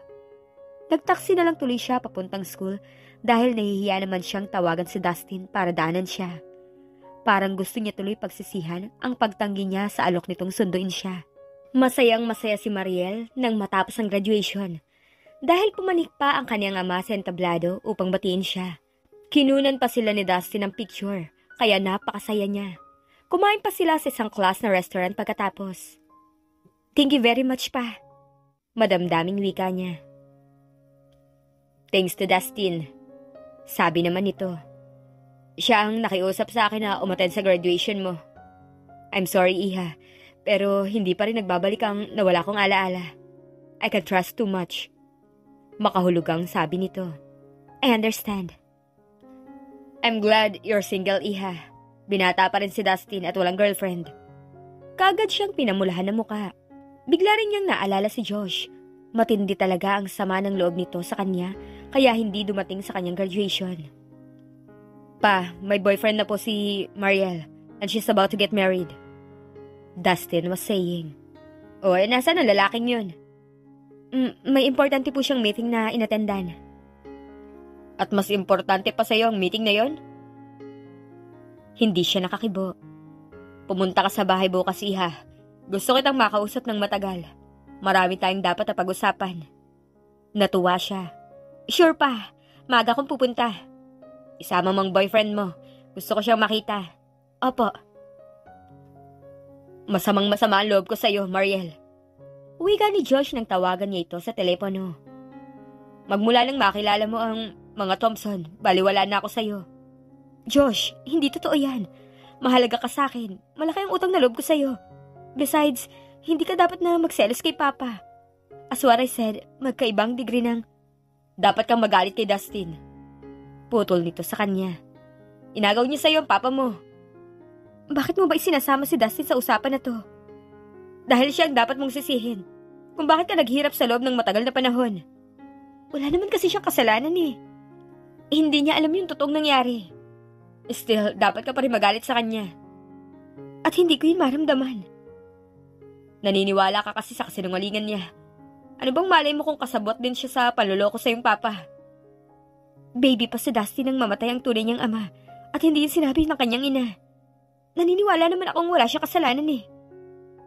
Pinoprotektahan mo siya, Mariel. Isa lamang ang ibig sabihin yan. Pagkatapos, ibinaba na nito ang telepono. Nagdial siya ulit ngunit ayaw na nitong sagutin ang telepono. Nanlumo siya. Oh, nasaan ang boyfriend mo? Tanong kay Mariel ng kanyang ama nang dumating siya. May mahalaga hong inaasikaso. Pasensya na kayo, sa susunod ko na lang po siya isasama. Hindi ko pa man siya nakikita, mabigat na ang loob ko sa kanya. Mahal mo ba talaga siya? Opo. Hindi ako kumbinsido. Dahilan para ialok ko sa iyo ang bagay na to. Pakasalan mo si Dustin. Ho? Naniniwala ako na anak nga kita at si Dustin hindi ko kadugo. May mga bagay na ako naaalala sa nakaraan at napatunayan ko na ikaw nga ang aking anak. Kilala ko na ang sarili ko. Ako si Manny Valdelion, your father. Kaya lang hindi ko pa rin matandaan kung ano nangyari sa akin at nagkaroon ako ng amnesia. The last thing I remember, yung nagpaalam ako sa inyong mag-ina para pumunta sa Negros Occidental. Nahilam sa luha ang mga mata nito. Mahigpit siyang niyakap. Naiyak din siya. Please, Iha. Magpakasal ka kay Dustin. Pero bakit, Papa? Dahil parang anak ko na rin siya. Pero nakatakda na kami magpakasal ni Josh. Hindi ko siya magagawang saktan pa. Malaki ang utang na loob ko sa kanya. Nasa pangalan ng mga Thompson ang perang dala ko noon, Iha. Pinalago ko ang kabuhayan ng mga Thompson. Magkatulong kami ni Dustin. Bilang isang Manny Valdelion, wala akong karapatan sa mga ari-arian na yon. Dapat mo lang makuha ang para sa'yo, Iha. Napatango siya. Karapatan niyang makuha ang para sa kanya. Ayoko magkaroon pa kami ng samaan ng loob ni Dustin eh. Ang relasyon namin napakaganda at talagang minahal ko siya. Kahit ngayong nalaman ko na hindi ko pala siya kadugo, nandun pa din ang pagmamahal ko para sa kanya, Iha. Nararapat lamang na kayo ang magkatuluyan. Papa, napakahirap ng bagay na pinapagawa mo sa akin. Paano si Josh kapag nagpakasal siya kay Dustin? Napakalaki ng utang na loob niya rito. Higit sa lahat, paano ang damdamin ni Dustin? Gusto rin ba siya nitong pakasalan? Nakausap ko na si Dustin sa bagay na to. Wala naman siyang tutol. Sa tingin naman niya, matututunan kanyang mahalin. Pag-iisipan ko muna ang bagay na to, Papa. At habang nag-iisip ka pa, gusto ko na rito ka na tumira. Ayokong magkalayo pa tayo, anak. Gustong gusto niya, ngunit kailangan muna niyang makausap si Josh. Ano? Pabulalas na tanong ni Josh, matapos itong marinig ang mga sinabi ni Mariel. Pinukpok nito ang kaharap ng mesa at saka marahas na tumindig. Pinuntahan mo ako rito sa opisina para lang sabihin sa akin na titira ka sa pamamahay ng mga Thompson? Sa palagay mo ba matutuwa ako, ha, Mariel? Alumpit siya sa pagkakaupo. Naroon naman si Papa, Josh. Naalala niya na ako. Kinilala niya na akong anak. Yun naman pala eh. Ano pang hinihintay niya? Bakit hindi pa siya umalis? Bigla itong natigilan. Paano nga palang ang mga properties ng mga Thompson? I mean, may karapatan din doon ang iyong ama. Napalunok siya, subalit nag-alala siya sa magiging reaksyon nito. Well, it's not a problem. Siguro naman ibibigay ng Dustin na yun ang kayamanan ng iyong papa. I made the research about the Thompson family. Nabaon sila sa utang noon. The reason kung bakit sinamantala ni Mrs. Thompson ang pagkakaroon ng amnesia ng iyong papa. Ang interes niya naroon sa pera ng iyong ama. Hindi siya naniniwala na pera ang dahilan ni Mrs. Thompson, kaya nito ginawa yun. Maaari naman itong kunin yun ng walang sagabal dahil nagka-amnesia nga ang kanyang ama. Sa makatuwid, Mariel, sa papa mo ang lahat ng ari-arian ng mga yun ng Thompson. Yun ang perang dala niya noon. Patuloy ni Josh. Naalala niya ang mga paghihirap na dinanas niya. Ngunit sa pagtataka niya, hindi naman siya makadama ng matinding bitterness. Parang sapat na sa kanya na nakita na niya ang kanyang ama. Inulit-ulit ni Josh ang sinabi nito. Ikaw ang dapat na makinabang sa lahat ng kayamanan ng mga Thompson.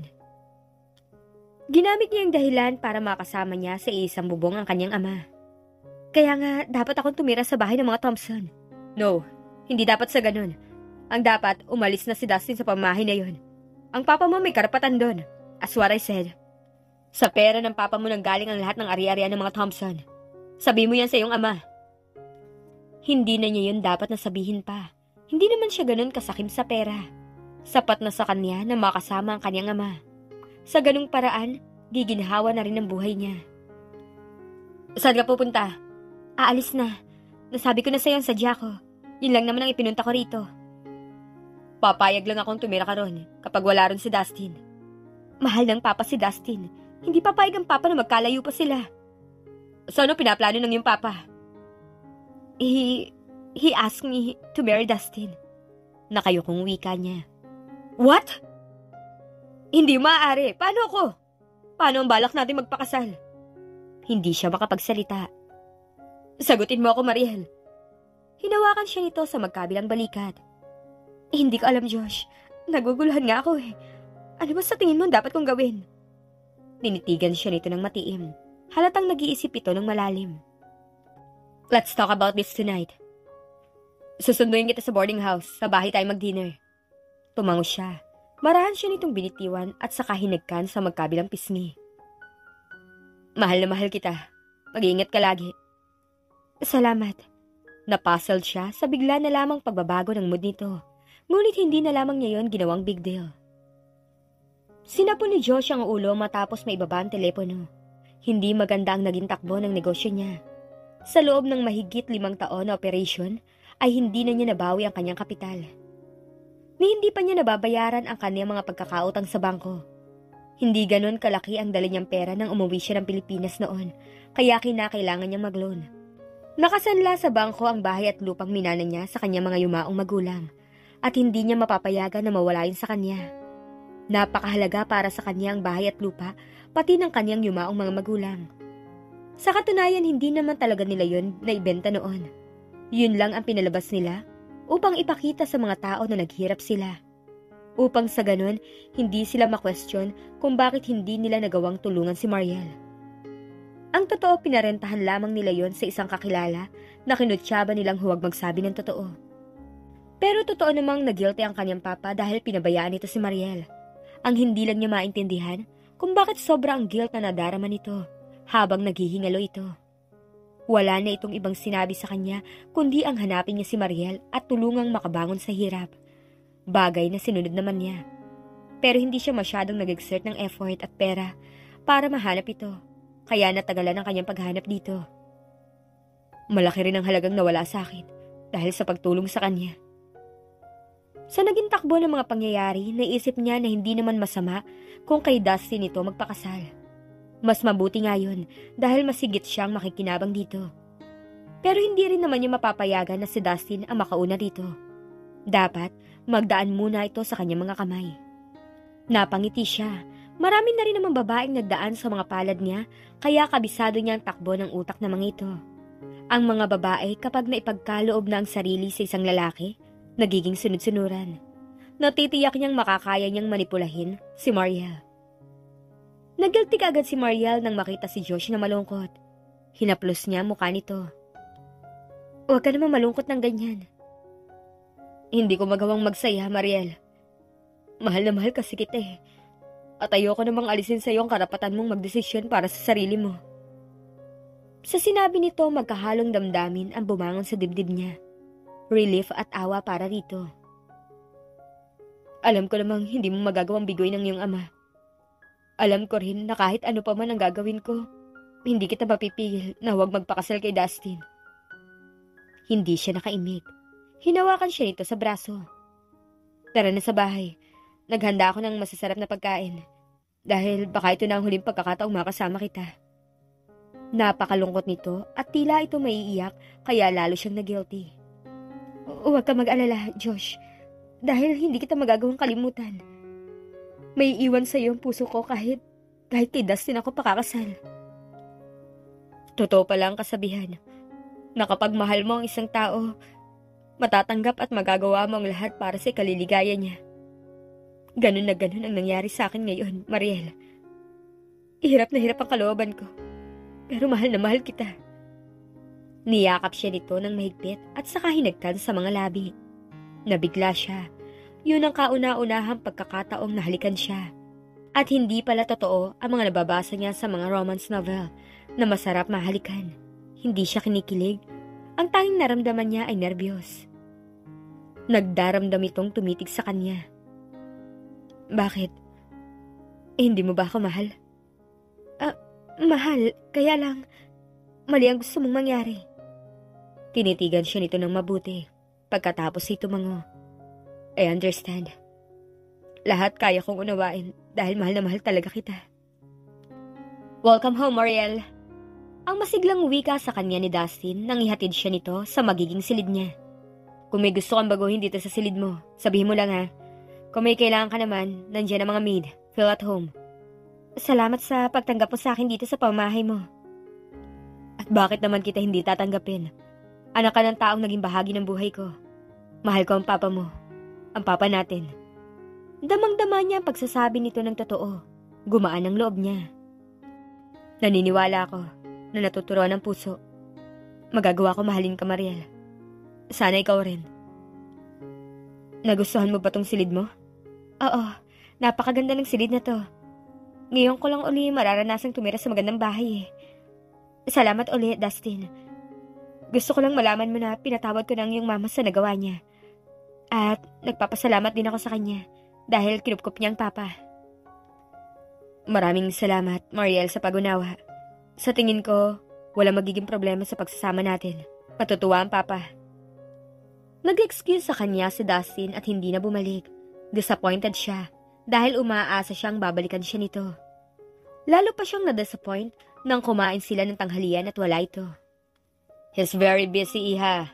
Siyang nagmo-monitor ng mga business. Inisa-isa nito ang mga negosyong minomonitor ni Dustin. Napakaswerte na mapapang-asawa ni Dustin, iha. Wika sa kanya ni Tia Conchita. Tila inoobserbahan nito ang bawat kilos niya. 10:00 pasado na ng gabi pero ayaw pang dalawin ng antok si Mariel. Hindi pa kasi dumadating si Dustin. Gusto niya itong makita bago siya matulog. Hinihintay mo ba si Dustin, iha? Pinamulahan siya ng muka at hindi nakapagsalita. Tinapik naman siya nito sa balikat. I'm happy about it, iha. Alam ko na may feelings ka kay Dustin. At siya rin, ganun sa'yo. Kaya wala akong nakikitang hadlang, iha. Para sa inyong dalawa. Kailangan makasal na kayo sa mas lalo madaling panahon. Huwag mo nang hintayin si Dustin at baka abutin pa yun ng madaling araw.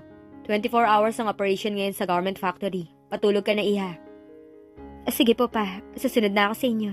Mauna na po kayo. Nang iwan siya ng ama, itinutok niya paningin sa iba. Natutuwa siya nang may dumating na sasakyan. Kotse yun ni Dustin. Kagad siyang bumaba sa sala upang salubungin ito. Maging ito, nagulat din pagkakita sa kanya. Mariel, hindi ka pa ba natulog? Nauuhaw lang ako. Sabi niya dahil napahiya siya sa sarili. Nagtuloy na nga siya sa kusina at uminom ng tubig dahil bigla siyang nakadama ng pamimigat ng dibdib. Pumasok na siya sa kanyang silid makalipas ang ilang sandali. Bakante yon kaya lumabas siya ng silid upang i-check kung sino ang naroon. Boses ng isang babae at na Dustin ang narinig niyang nag-uusap doon. Ngunit hindi naman niya maintindihan kung anong pinag-uusapan. Hindi niya maiwasang huwag mag-isip na mali siya. Nagbalik siya sa kanyang silid na masama ang loob. Good morning, Mariel. Masiglang bati sa kanya ng babaeng kasama ni Dustin kagabi. Gusto niya sanang ngumiti ngunit ayaw makasama ang facial muscle niya. Dama niya ang halatang pilit na pilit ang ngiting pinakawalan niya. Siya nga pala, Mariel. Si Anne, childhood friend ko. Nakaligtaan ko siyang ipakilala sa iyo kagabi. Tinanguan lang niya si Anne. Diretso ang tingin niya sa pagkain nakahain sa mesa. Sumusubo siya ng hotdog nang maramdaman niya sa kanya nakatingin ang lahat. Tumigas ang leeg niya. Ininom niya ang kanyang gatas. Excuse me. Pagkapasok niya sa kanyang silid, nagbihi siya para umalis. Pumunta siya sa kanyang boarding house dahil nais niyang may mapagsabihan ng sama ng loob. Subalit walang tao roon, kaya pumunta agad siya sa opisina ni Josh. Halos kararating lang din ito. Nagulat pa ito nang makita siya. Oh, Mariel, anong problema? Yumakap siya rito at umiyak. What's the problem? Mariel, how could I help you? Kung hindi mo sasabihin sa akin ang problema mo. Wala akong problema. Namiss lang kita. Lihim siyang humingi ng tawad dahil sa pagsisinungaling niya. I miss you too. Uwi ka nito at saka siya hinalik-halikan sa ulo, sa mukha at sa leeg. Umatras naman siya kaagad, palabas ng pinto. kilabot siya sa init na hatid ng mga halik nito.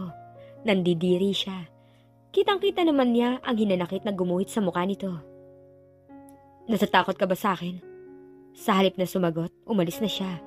Gulong-gulo ang kanyang isip at ayaw pa niyang umuwi sa bahay. Naglakad-lakad siya ng walang tiyak na patutunguhan. Gabi na lang maisipan ni Mariel na umuwi ng bahay. Dinatnan niya si Dustin sa sala. Saan ka galing? Bakit ka umalis na walang paalam? Hindi siya sumagot. Dumiretso siya sa hagdanan. Mariel, sa dati kong tinirhan. Hindi ka nagpaalam. I'm sorry, nawala sa isip ko. Nasanay kasi ako na nag-iisa eh. I mean, hindi naman kami nagpapaalam pa sa landlady namin kapag umalis kami ng bahay. Papasok na ako sa silid ko. Nag-alala sa iyo ang papa. Pupuntahan ko siya sa kwarto niya. Go ahead. I'm sorry again, Dustin. Good evening, Mariel. Saan ka ba nanggaling? Lahat ng tao rito nag-aalala sa'yo. Buong araw kang hinanap ni Dustin. Hindi niya sinabi sa akin. Ganun ba? Akala ko hinanap ka niya. Nag-excuse nito sa kanya at nilagpasan siya. Sinundan niya ito ng tingin. Nakita niyang bumaba ito ng hagdan. Tiyak na pupuntahan nito sa sala si Dustin. Hindi niya gustong magpakita sa kanyang ama sa ganung pakiramdam. Ayaw niyang mahalata nito na may dinadala siya sa dibdib. Pumasok na lamang siya sa kanyang silid at umiyak. What is the problem, Mariel, iha? Wala pa. Umalis ka nang hindi nagpaalam. Hindi ka pa nagpakita sa akin nang dumating ka. I'm very sorry pa. Pagod na kasi ako eh. At ayoko rin na istorbohin ang pamamahinga niyo. Alam ko na may problema. Sabi mo sa akin, iha. Wala talaga akong problema pa. Hindi kita mapipilit kung ayaw mo magtapat. Pero sasama ang loob ko, iha. Anak, dapat mo pa ba akong paglihiman? Ama mo ako. Wala talaga akong problema pa. Pinanindigan niya ang pagsisinungaling. Tinitigan siya nito. Pakiwari kasi niya ay nababasa nito ang laman ng kalooban niya. Kaya nag-excuse na siya. Sa may kusina ay dinatnan niya si Anne, tumutulong sa maid sa paghanap ng almusal. Nagbago ang isip niya. Napaigtad siya ng tawagin ng maid. May telephone call daw siya. Sino? Josh Mercado? Pagkarinig sa pangalan na yon, lalo pang bumigat ang pakiramdam niya. Pakisabi hong wala ako. Importante daw po eh. Napilitan siyang kausapin ito. Hello? Mariel, gusto kitang tulungan sa problema mo. Wala akong problema. Alam ko meron, kilala kita. Gusto kitang tulungan. I'll be there before 7 in the evening. Hintayin kita, Mariel. Nahiling nagbinaba niya ang auditibo.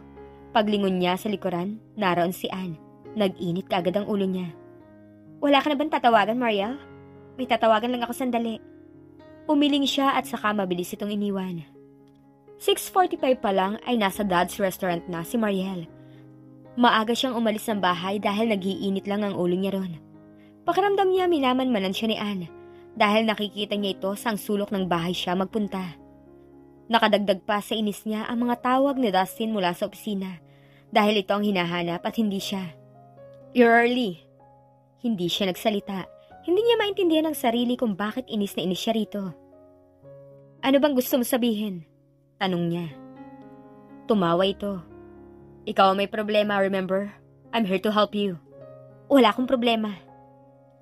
Sa isang sulok ng kanyang mga mata, nakita niya ang dalawang bultong pumasok. Sina Dustin at Anne. Parang sasabog ang dibdib niya sa sobrang pagsiselos. Is there something wrong? Tanong sa kanya ni Josh na marahil napuna ang tense niya. Hindi siya nagsalita. Nanlalamig ka, sweetheart. Relax ka lang. Kahit nakabaling ang mukha niya sa ibang panig, naramdaman niyang tinitingnan siya ni Dustin. Nanigas ang leeg niya. Ayaw na niyang kumilos pa. Panay naman ang tawag sa kanya ni Josh ng mga endearment. Hindi siya makapagsalita sa sobrang kabang nararamdaman. Naramdaman niyang itinayo siya ni Josh. Umalis na tayo dito. Kasunod nun, inakbayan na siya nito palabas. Bakit mo ginawa yun? Alam mo, nandun si Dustin. Naroon nga siya at ibang babae ang kasama niya. Anong ibig sabihin nun? Masamang-masama ang loob niyang umuwi ng bahay. Nakatulugan niya ang pag-iyak. Namamaga ang mga mata ni Mariel nang magising siya kinabukasan at wala siyang alam na paraan upang itago yon sa kanyang mga kasambahay, kundi ang magkulong sa kanyang silid. Bandang 10:00 nang sumilip siya sa labas ng pinto. Inisip niya na wala na si Dustin. Ngunit nagulat siya nang makita itong lumabas sa katabing silid. Magulo pa ang buhok nito. Tutop ang bibig na bumalik siya sa kanyang higaan. Umuuga ang magkabilang balikat niya dahil sa kapipigil na huwag mapahikbi. Tumigil lang siya sa pagiyak nang maramdaman niyang wala na siyang mailuha. Ngunit masakit na masakit pa rin ang kalooban niya at gustong-gusto pa rin niyang umiyak. Kumirot tuloy ang ulo niya. Wala sana siyang balak na lumabas ng silid, ngunit kinatok siya ng kanyang ama. Ano na bang nangyayari sa iyo, Iha? Wala naman pa. It's just that I miss Josh. Kahit pala anong gawin ko, hindi ko siya magawang kalimutan. I'm sorry pa. I can't marry Dustin. Pa, sana maintindihan niyo ako. Baka nagseselos ka kay Ann. Wala silang relasyon ni Dustin kung yan ang iniisip mo. Magkababata sila. Nagbakasyon lang dito si Ann.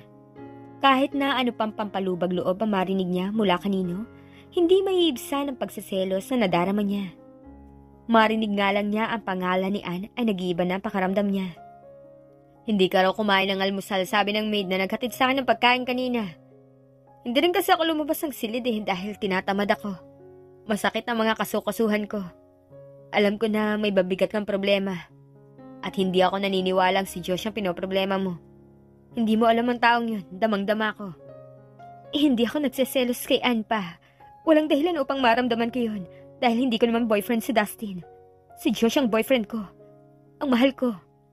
Hindi ako makakapayag na siya maging asawa mo, Mariel. Kalimutan mo na lalaking yun. Hindi ko gustong maulit pa ang pagkikita nyo. Mag-usap kayo ni Dustin at magpaliwanag ka sa kanya kung bakit nakikipagkita ka kay Josh. Huwag mo nang patagalin pa ang pagtatampo ni Dustin, Iha. Kausapin mo na siya ngayon. Ngayon na, Iha. Kumilos ka na. I'll just fix myself pa. Bumalik na ho kayo sa silid nyo. Gigil na gigil si Josh sa naging takbo ng mga pangyayari. Damang-dama niyang wala na siyang pag-asa kay Mariel. Sirang-sira na ang kanyang mga plano. Ang original niyang plano, hayaan nitong makasal kay Dustin. Pagkatapos ay gagawa siya ng paraan upang mawala sa landas nila ang lalaking yun. Susuyuin niya si Mariel, sa bandang huli sila pa rin. Makikinabang siya sa kayamanang mamanahin nito mula kay Dustin. Pero nararamdaman niya na kahit ano pa ang gawin niya, hindi na niya mapapaamo si Mariel. Nagtatagi sa magkabilang bagang niya. Investment niya ito at kung ganun lang din nawala na siya sa hold nito, ay mabuti pang sirain niya ang buhay nito. Dinampot niya ang kaharap na telepono at mabilis na nagdial. Ikaw na naman, ang reaksyon ng tinawagan niya nang marinig ang kanyang boses. Set her free, Dustin. Ako ang talaga mahal niya. At alam ko na nararamdaman mo yon. Alam mong pera lang ang dahilan kaya siya nandyan. Hindi mapuputol ang relasyon namin kahit kasal na kayo. Hindi ako matitis ni Maria. She would keep on seeing me. Tinanong niya agad ako kung pwede daw makipagkita. And I can't say no. Pasensya ka na talaga, Dustin. Wala itong nasabi kahit isa mang salita. Nagdiriwang ang kalooban niya. Hindi totoo yan. Alin ang hindi totoo? Ang lahat ng mga sinabi mo. Mahal ako ni Mariel, nararamdaman ko yun. Ganun ba ang paniniwala mo? Bahala ka. Pakasalan mo pa rin siya. Huwag ka lang magsisi kung pagkatapos nun ay... Sadya niyang ibiniti ng kasunod nun. At least, apektado siya. Wika niya sa hangin. Where are you going, Mariel? Ang galit na tanong ni Dustin nang makita siya nitong bitbit ang kanyang bag. Gabing-gabi na yon at hindi niya akalaing gising pa ito. Hindi siya sumagot. Nagpatuloy lang siya sa paglakad. You can't go anywhere. Nagbago na ang isip ko, Dustin. Hindi na ako pakakasal sa'yo.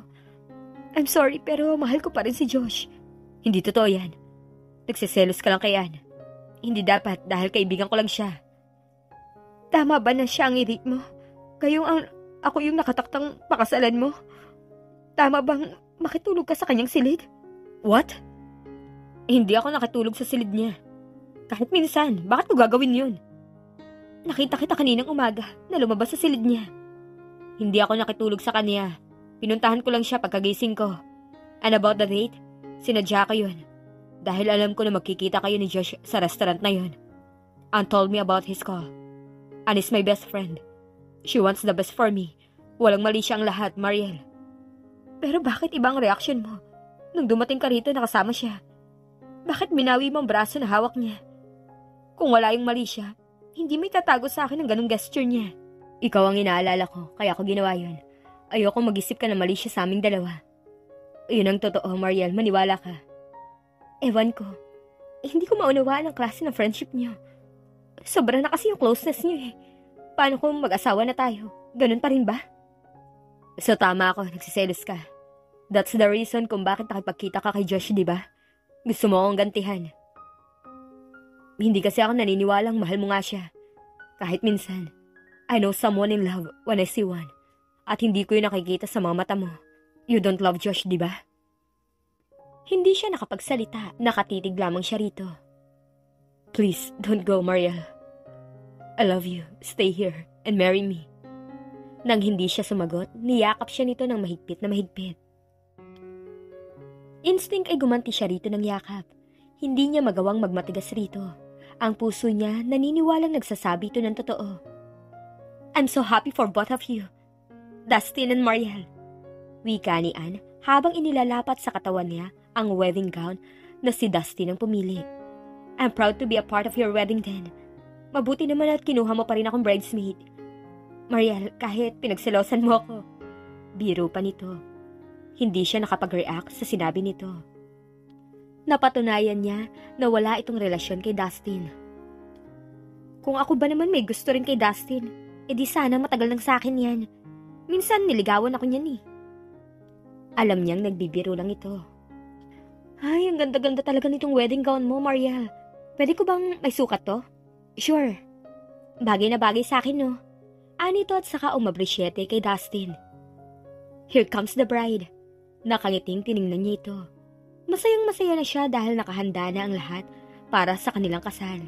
Si Perla ang kinuha niyang maid of honor at ang iba pa nilang boardmate ay kinuha rin niyang bridesmaid. Si Dustin naman kumuha ng mga groomsmen. Ang ninong at ninang nila business world lahat. Ang kanyang ama masayang masaya na. Naisip niya makipagkita muli kay Josh sa huling pagkakataon. Magpapasalamat siya rito.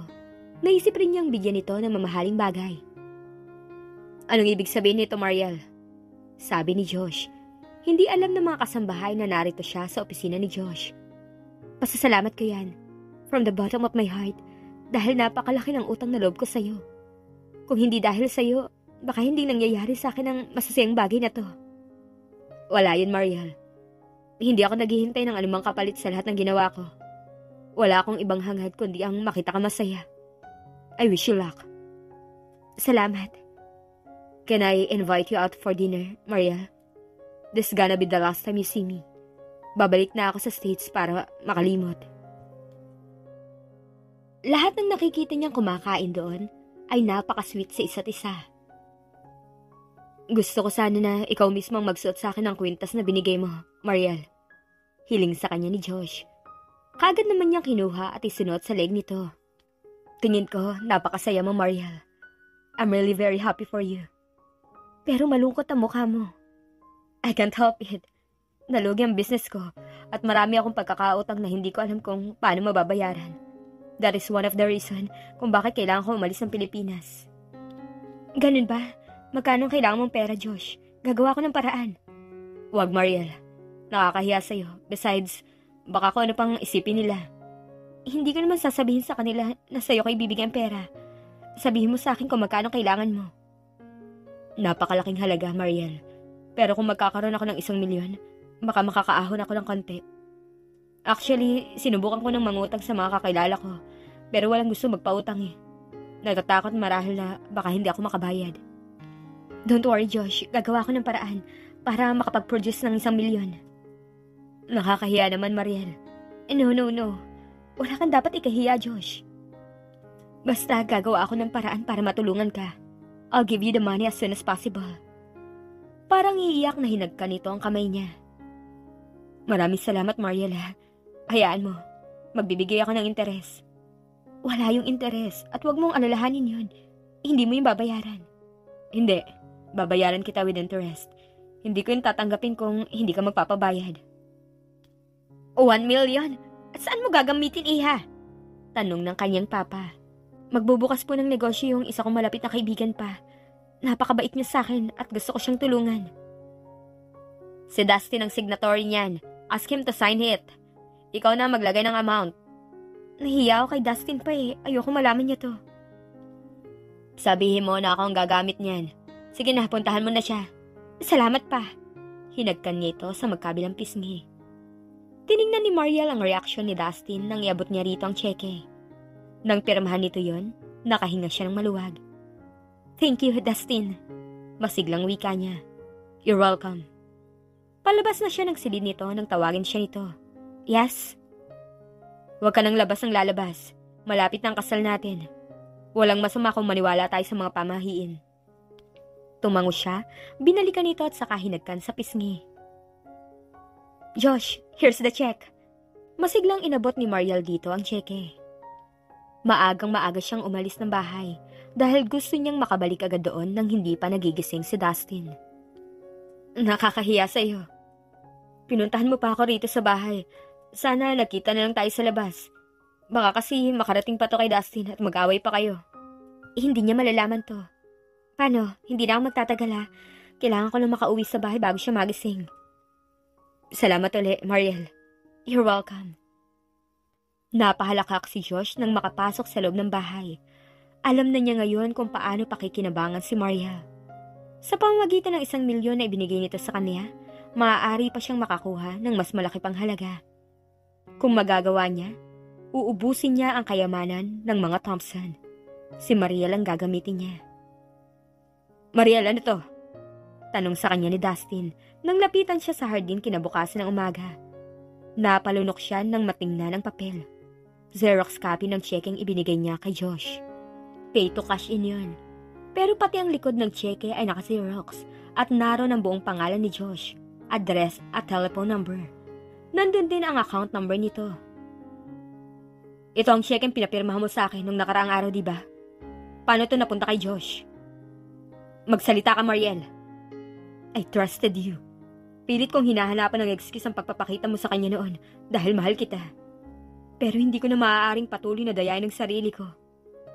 Sapat na pakikipag-date mo sa kanya ang pagbibigay mo sa kanya ng kwintas at ito. Mariel, nakita ng 2 mata ko nang isuot mo sa kanya ang kwintas na yon. Naroon din ako sa restaurant na yon. Dustin, magpapaliwanag ako. Anong ipapaliwanag mo? Walang mali siyang lahat. Ginawa ko lang yan upang makaganti ng utang ng loob kay Josh. Maniwala ka. Dustin, sandali. Makinig ka sa akin.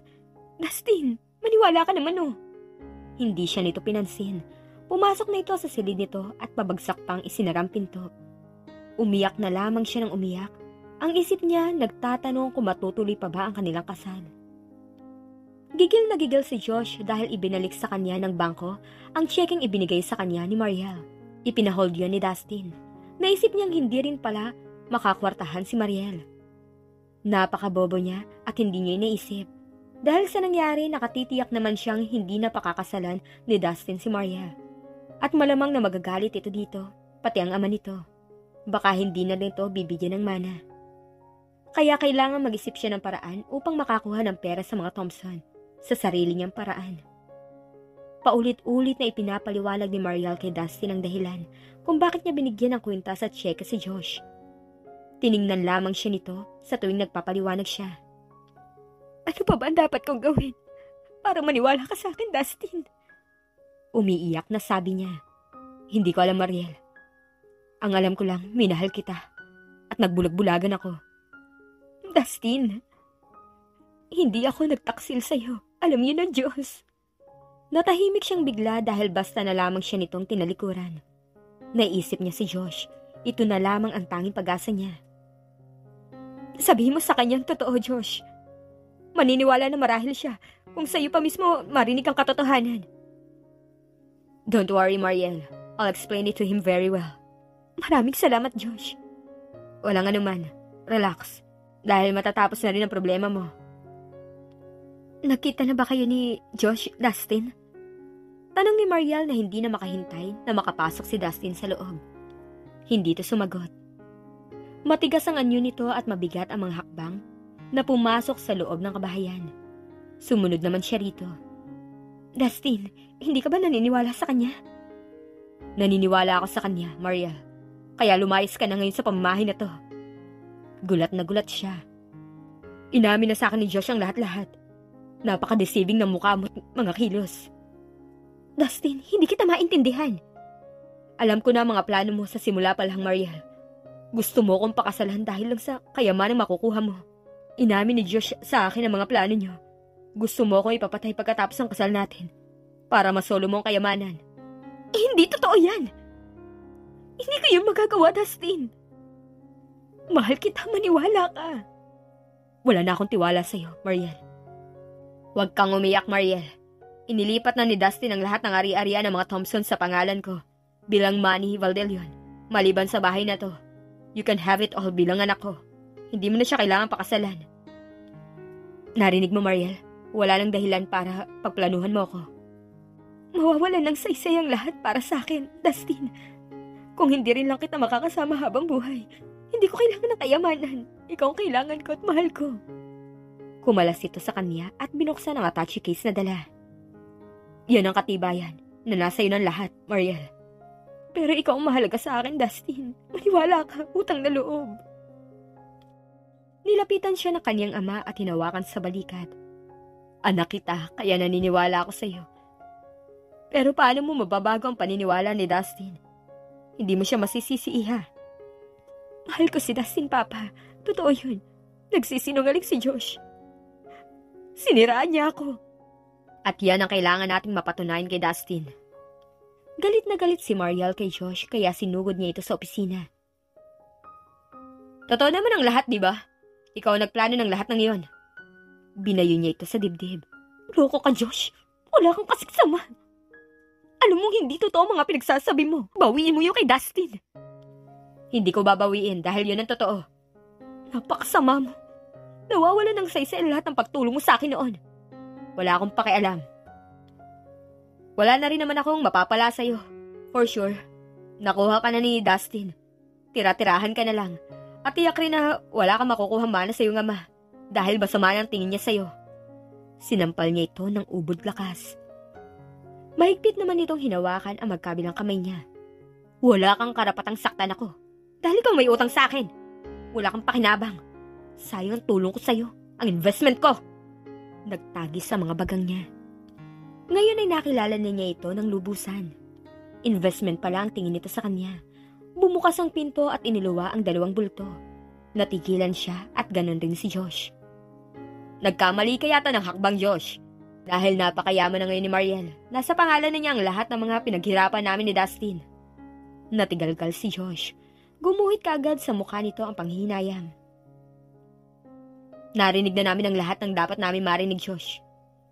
Kung minsan, totoo ang kasabihan na walang santol na namumunga ng mangga. Wika ni Dustin dito. What are you talking about? Si Manny ang nagsalita. Naaalala ko na ang lahat, Josh. Ahas ang iyong ama. Siya ang dahilan kaya nawalay ako sa aking anak sa loob ng mahabang panahon. Gusto niya akong patayin noon dahil sa pera. Pero hindi nagtagumpay ang kasamaan niya. Kahit kailan, hindi mananaig ang kasamaan. At katulad ng iyong ama ang pamamaraan mo. Tutulong sa simula, pero sa bandang huli, mangangagat sa leeg, maninipsip ng dugo. Ganyan-ganyan ang binabalak mo sa aking anak. Kinabig naman ni Dustin si Mariel. I'm sorry, I didn't trust you. Patawarin mo ako. Hinayaan kong lasunin niya ang isip ko. Hindi ka pa man humihingi ng tawad, pinapatawad na kita. It wasn't your fault, Dustin. Ako ang may kasalanan dahil naglihim ako sa'yo. Sana sinabi ko na lang yung totoo, na gusto ko siyang tulungan. Naiintindihan kita, Mariel. At alam ko, simula ngayon, hindi ka na maglilihim pa sa akin. That's a promise. Mrs. Mariel Thompson. Bulong ni Dustin sa tainga niya. Salamat at ipinagkatiwala mo sa akin ang pangalan mo, Dustin. Hindi niya mapigil na huwag maiyak. Hindi niya akalain na liligaya siya ng ganon. You deserve it, Mariel.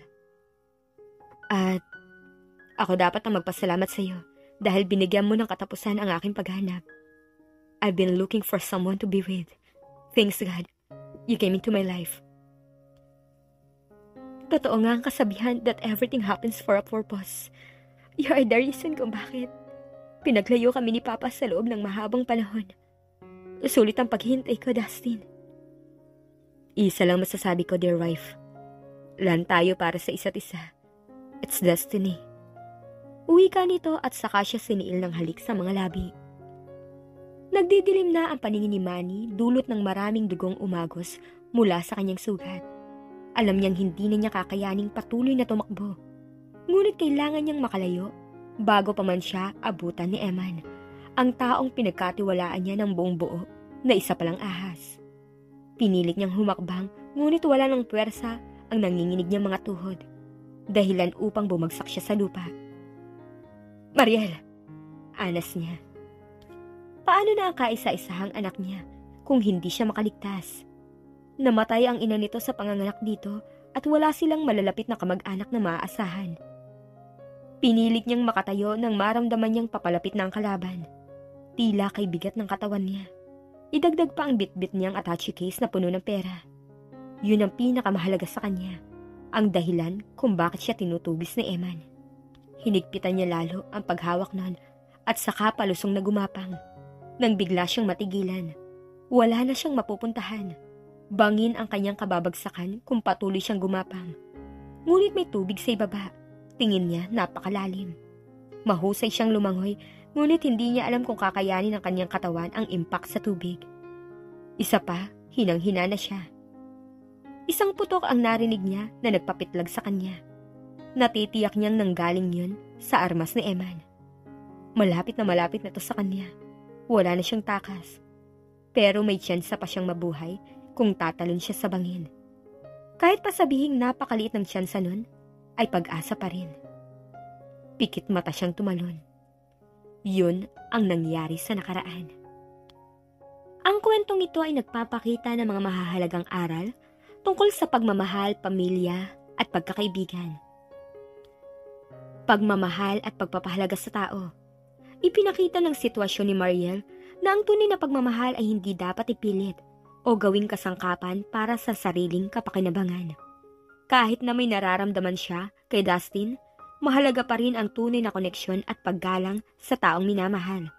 Hindi lang dahil sa mga material na bagay o pangako. Sa isang tunay na kaibigan naman. Sa kwento, si Josh Mercado, isang mahalagang tauhan na tumulong kay Mariel.